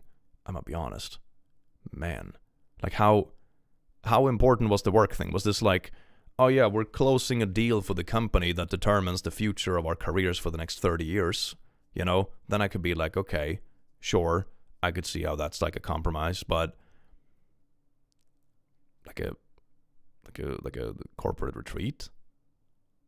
What? The retreat was optional and she didn't stay for the B-Day? Yeah, that's... Ooh. Retreat was it? Say it with me, folks. A Gaycation. But my wife backed out because she had people up to her room after a seminar. So she can't even be on FaceTime She can't even tell her colleagues, like, bruh, it's my daughter's birthday. I'm already dissing my 4-year-old to be at this dumb retreat. So, I'm gonna have to be on the phone for 30 damn minutes. The gaycation was too important. No, see, the daughter's birthday didn't happen because it was on gaycation, so it doesn't happen, okay? Sorry, I forgot. It's not real. The birthday hasn't happened. She's still 3. It was like she wanted my permission to break her promise to our daughter. I told her I wasn't offering that nor making her keep her word. She said I wasn't being fair. This was a networking opportunity. I can understand this dude when he said earlier that like the work-life balance leaves some stuff being desired. This is certainly one of those things. They were business-oriented. I wouldn't understand her stepping away for family time. Or just tell them you have explosive diarrhea if you must. I said her decision is her decision, but she would have to explain it to our daughter. She promised her she would rain check the following day. Our daughter didn't understand and cried. My wife ended up hanging up and leaving me to comfort our daughter alone. Honestly, I would take the daughter out for something fun. Like, oh honey, let's go like have your favorite damn ice cream and then go to the roller coaster park. You wouldn't understand equals I'm gonna do what I want. Yeah, basically. This is bad. Is this a multi-level marketing conference? I'm getting a vibe. Is this also a cult? Is this gonna be another cult? Ooh, we're on a cult streak. That whole incident rubbed me the wrong way. I did not like it. She didn't keep her word for the rain check either. I would be furious with my partner if they did this. Like, man, not only can you like move work stuff around for the kid, like they're 4 years old. Birthdays are magical at that age. Are you really gonna miss?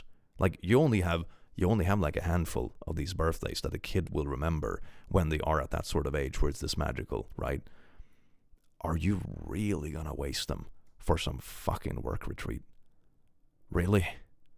Really? Anyway, she was documenting the retreat on social media. One coworker, 23M, was almost in every pic video attached to her hip. In one pic, he had his arm too comfortably around her, in my opinion.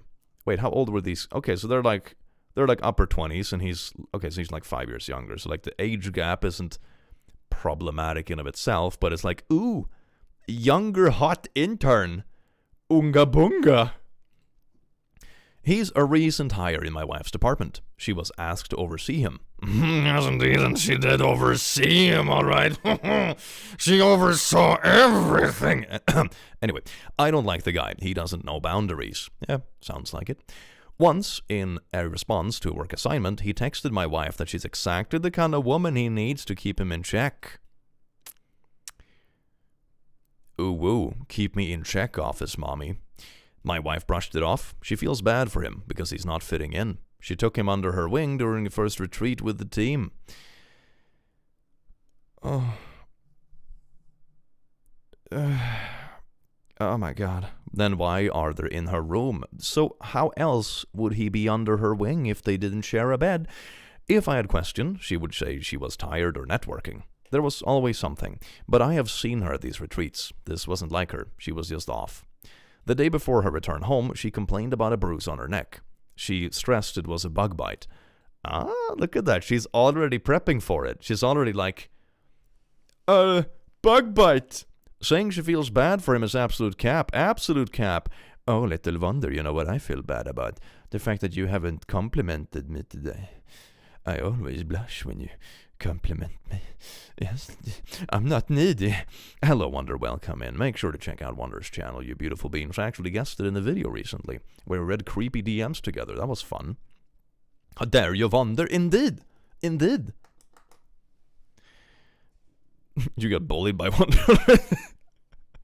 You were like a god-chiseled stone. Oh, my God. Oh, you say the darndest things. I didn't actually see the bruise until she came home. I instantly thought it was a full-on hickey. Okay, I live in Sweden. We have plenty of bugs. I mean, this was in Vegas. Do you even have bugs in Vegas? Isn't Vegas like super hot and dry?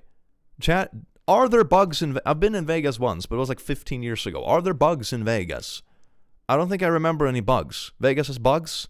Do they have bugs that bite? Bed bugs? Does it leave hickeys? Do bed bugs give you hickeys? You and Shan are keeping me company while I edit. Hell yeah, Wonder. That's what I like to hear. Get on that grind set. There are bugs everywhere, only the cheating kind. Bugs everywhere. Okay, so there are bugs. 1 or 2. My mom was bit by a brown recluse. Does a brown recluse leave a hickey? Do they leave hickeys? A lot of scorpions could have been that. Do scorpions leave hickeys? They can leave bruises.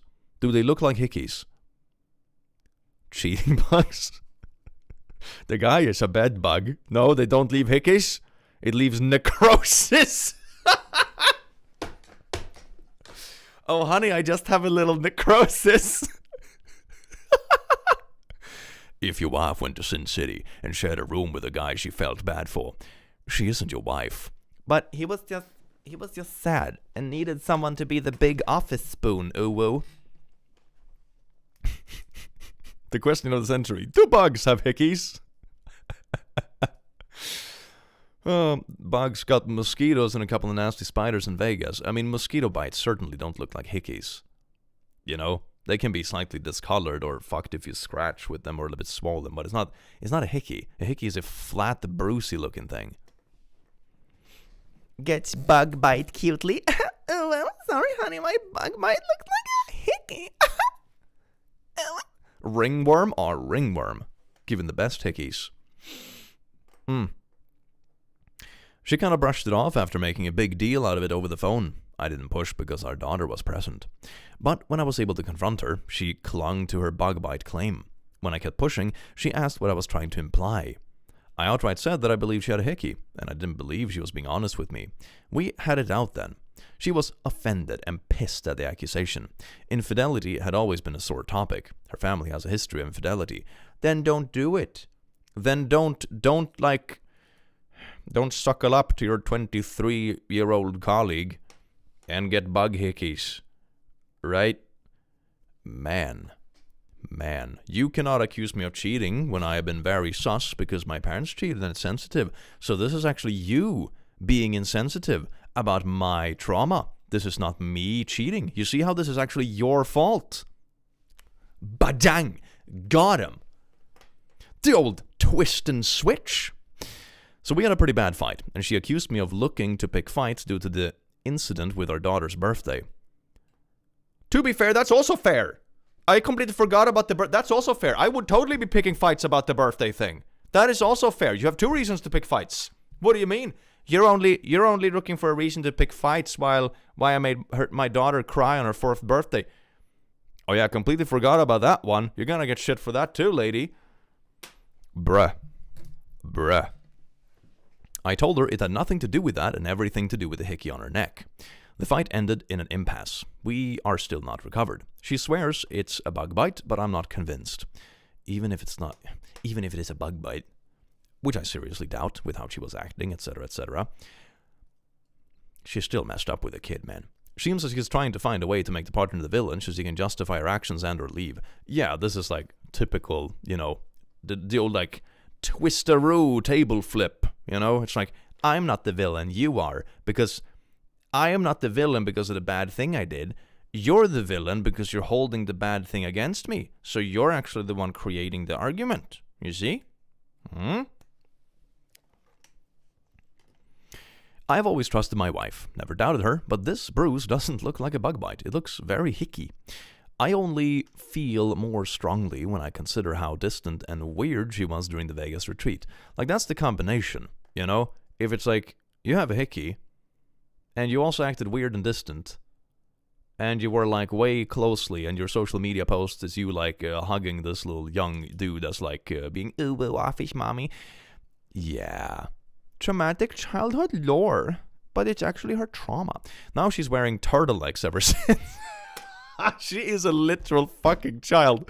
And we're caught between arguing and her dousing our daughter and me with affection. Oh no, not the love bombing, man. Not the love bombing. No.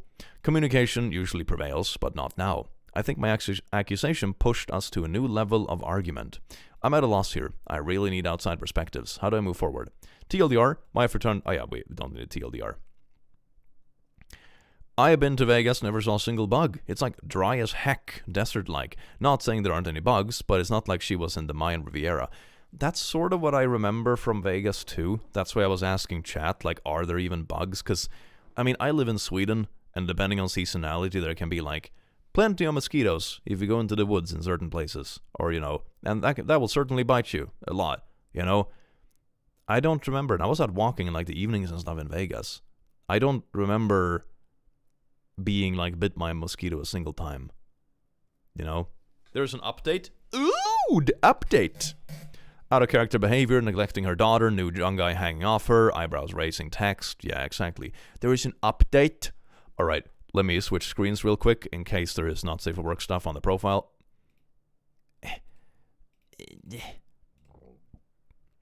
Oh, we posted it too. Oh, wait, these are comments. Wait. Update. Let's see if I can find it. Yeah, here it is. I found it via comment. Update 4 days ago. Here we go. Badonk. Oh, yes. Dude, there is no bug leaving a hickey on your neck. That's what I mean. Like, I have gotten bug bites in, like, unfortunate places, you know, when they hit the vein or something like that, and it's really itchy and swells and shit. But it doesn't look anything like a hickey. Like, it's completely different bump and different colors and everything. Man. It's a kissing bug? Maybe it's the B movie. Thank you, chat. Yes, indeed. Original post. I wanted to give an update and thank everyone who reached out. The outside perspective helped. Things are a roller coaster. I'm trying to process. Took a while for my wife and me to have a real conversation about the bruise on her neck.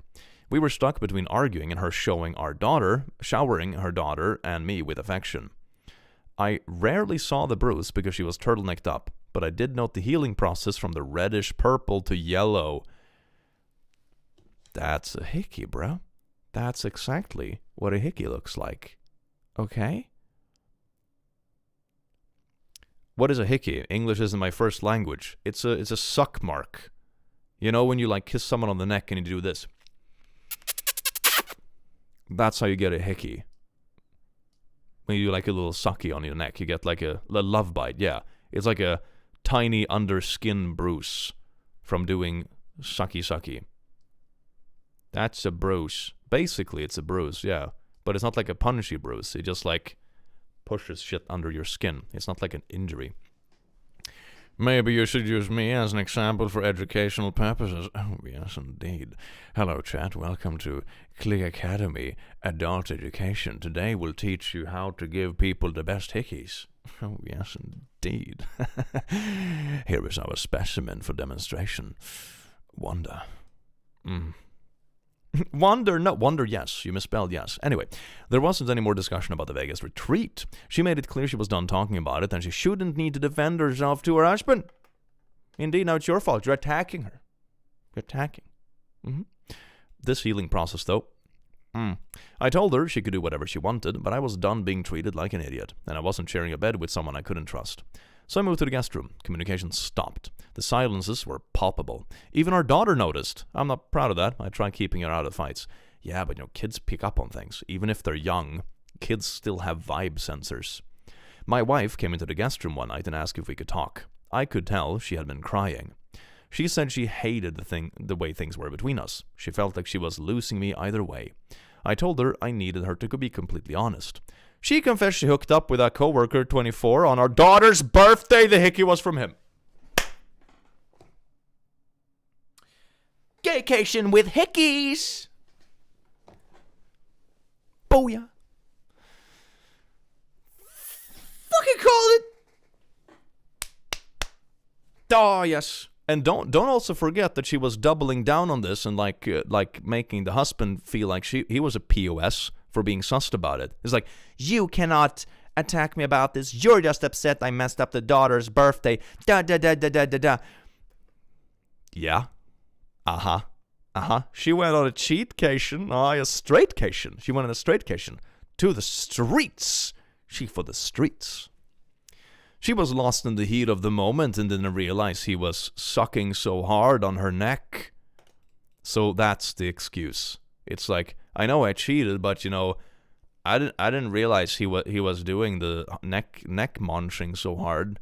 That was the real problem, because otherwise no one would have found out. So, it's just, that was the problem. By her account, they made out while doing some top of the clothes stuff, and then, very nice. It stopped there because he called her by a nickname that I affectionately call her. It snapped her back to the reality of her actions. Sure. Yes, indeed. Oh no, I slipped and all my clothes flew off. And and we ended up doing things, and then I got a hickey. It's funny all the things that can happen when you slip and your clothes fly spontaneously off. She went to splash water on her face and saw the hickey. The guy made light of it and made a joke about the hickey being her souvenir. She blew up on him and kicked him out of the suite. Yeah, because she's like, no, now my husband can tell we were doing things. The cheating was fine, the hickey was not. You crossed a boundary. You crossed my secret cheating boundary. Part of the reason she was avoiding me was out of guilt. She said she's coming clean because she doesn't want to hide things anymore. I asked her why she cheated. What is about that guy she deemed worth risking everything?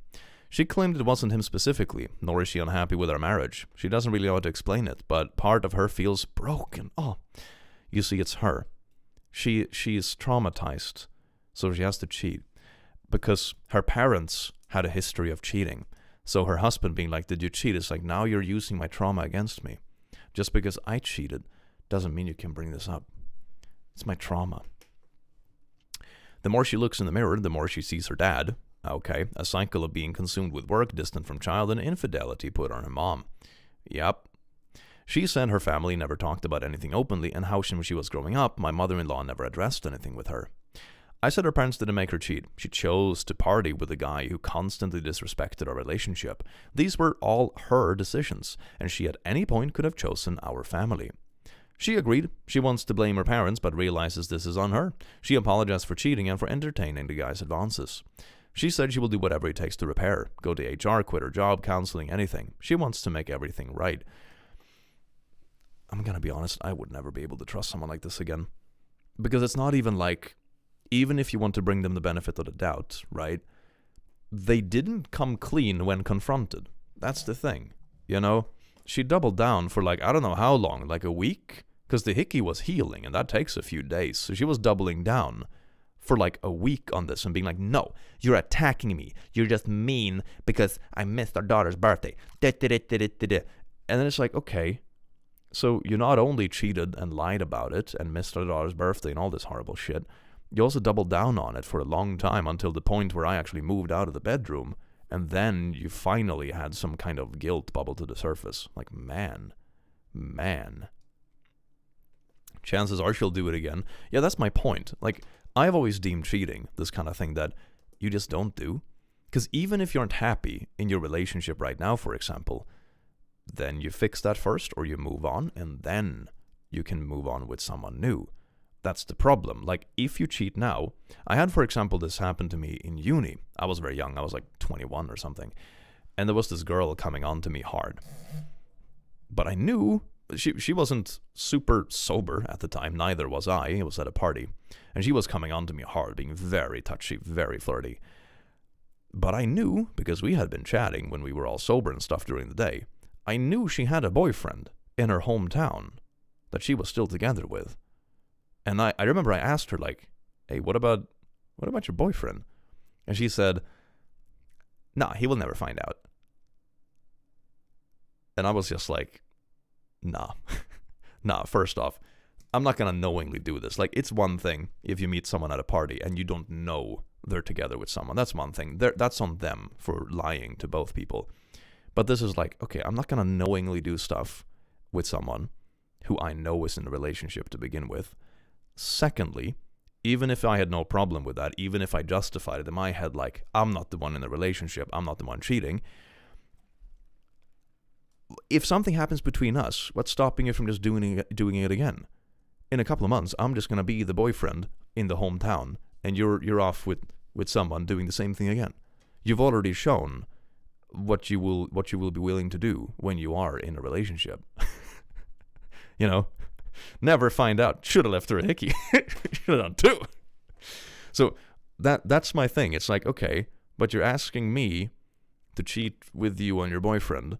But if we become a thing, what's stopping you from just doing it again? You've already shown your colors. Like, man, like, are we going to start this off on this? Man. So, never went anywhere, obviously. Even at that young age, I still had enough sense to see, like, all the red flags that were covering that. I told her I don't know what right looks like, or if that's possible for us anymore. I knew we had our problems, but I thought there wasn't anything we couldn't talk about. She insisted we could talk it out. We didn't have to give up on us. She tried giving this rally cry for our relationship, but I felt very numb.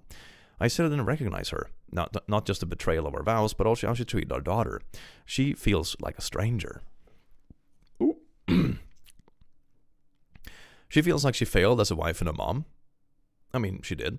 But she loves us both beyond words and wants our life together and our family intact. Does she, though? Like, you know, not cheating is pretty easy. You just don't have to do anything. I told her I couldn't give her the answer she wanted and thought we needed to separate and reevaluate. And also, like, I feel so bad for the daughter, like the missed birthday and stuff. Like, man. She didn't want separation. She felt we should stay together in our home, but I told her a separation was happening. Either she was leaving the home or I was with our daughter. She consented to leaving, so as best to not uproot our daughter so much. She asked for our daughter to not be taken away from her. My wife is staying with my in-laws.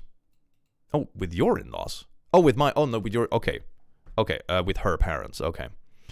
I know that's difficult in itself because she doesn't have the best relationship with her parents. Yeah, so it's her parents. It was just an odd formulation that confused me. One of the hardest parts is the shift for our daughter. Right now she believes her mom is just busy with work as usual. She hasn't questioned it too much. Your mom is just on a workation, kiddo. Don't worry about it. She's on a workation with the 23-year-old Schmeckengoogle. My mother-in-law called the other day. She made no excuses for my wife, but she's advocating for us to work through it. Nah. She told me times when she heard my wife describe me as the anchor she always wanted. She believed there was something worth fighting for if I'm open. Despite some family opposition we faced throughout our relationship, my mother-in-law was always a supporter of us. I'm even more at a loss. I never imagined this kind of betrayal from my wife. She was my safe space. I feel numb yet broken. I am in love with her, that hasn't changed, but I don't see myself, her, our relationship, or our family the same. Everything's more tense because it's fresh. I think this period of separation is for the best. I'm not sure about divorce. I haven't let myself fully go there. I am not set either way. I don't know where things go from here, but I'm focusing on our daughter and taking things one step at a time. I feel that's all I can do for now. Thanks again to everyone for the support. It's much appreciated. Man. So you're the anchor worth fighting for, but she didn't fight for you when it mattered most? Why is she worth fighting for? Yeah. It's like, this is honestly the part that made me think more kindly about the wife. I can't tell if she's lying or not, if she's sincere about wanting to fix things. In the event that she's not a serial cheating, pathological liar, actions like this are very common in people who grew up in unhealthy situations and find themselves in a healthy relationship.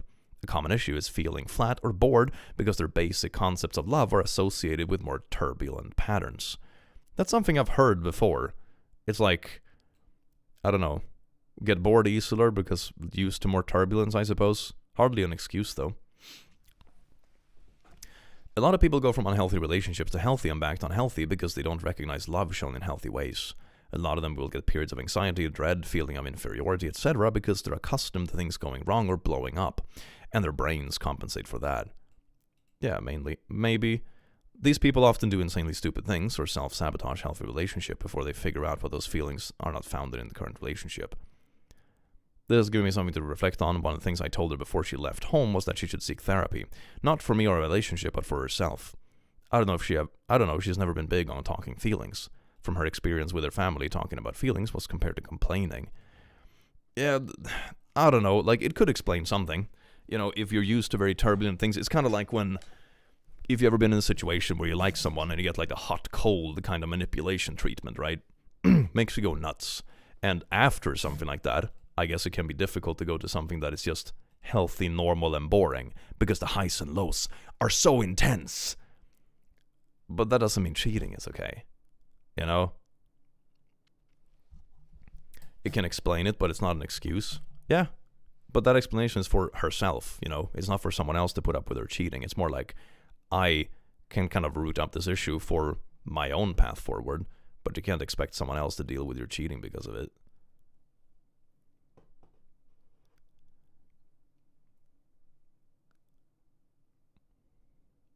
Cheating is never okay.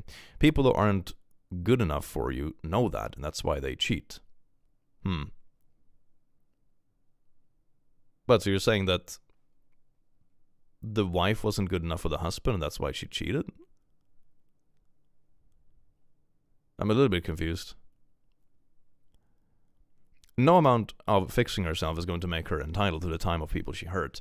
Yeah, it's up to them if they want to come back to it or not. I personally wouldn't. But it's up to everyone else, or if you want to sacrifice it for the family and so. But I would argue that it's better to have 2 divorced parents than a broken home. I feel bad for the 4-year-old in that situation. Yeah, me too. It's so sad when kids get caught in it. Or he wasn't good enough for her. Yeah, that's also true. Yeah. That she was like bored or unsatisfied somehow. I grew up with abusive parents and have many unhealthy relationships. I'm in a healthy one now and honestly feel so much better not having constant turmoil. Yeah, and it's also not a drain, you know? It can also almost be addicting, the highs and lows, but it also becomes way less draining on life in general. You have more energy and happiness for other things. As someone who grew up in a toxic household, please just get a divorce. Your kids can tell when you don't love each other. Yeah.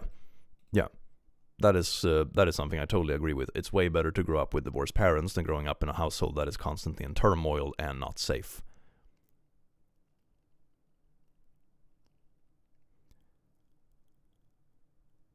As someone healing from betrayal trauma, getting cheated on is so life-destroying in the moment. Yeah, I can imagine. God damn. The kids really can tell. Kids have really good vibe detectors, you know? Just because they're small doesn't mean they can't tell when stuff is messed up. My biggest issue that she couldn't provide a reason for cheating. That tells me more than anything that she will likely cheat again.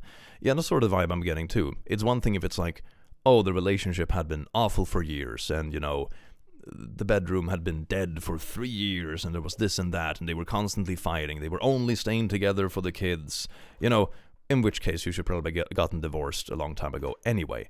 But then it's like, okay, still doesn't make it good, but you can sort of see why. But now it's just like, oh, random little stinky office fling, badonk, marriage is good, kid is happy, but office fling, gaycation. It's just gaycation. Well, it is getting a little bit late for me, so I'm gonna start to round off the stream. Thank you all so much for joining me here today. I'm really enjoying reading this very dramatic but silly Reddit stories with y'all. Remember to check out the plushies and the pins before they're gone forever. They're all out right now. Link is down below. Ooh, or pinned in the chat. Absolutely beautiful. Yes, indeed. And have an amazing rest of your day, your wonderful, beautiful beings, and I hope to see you again in the very near future in a video or a stream. Take care. Mwah.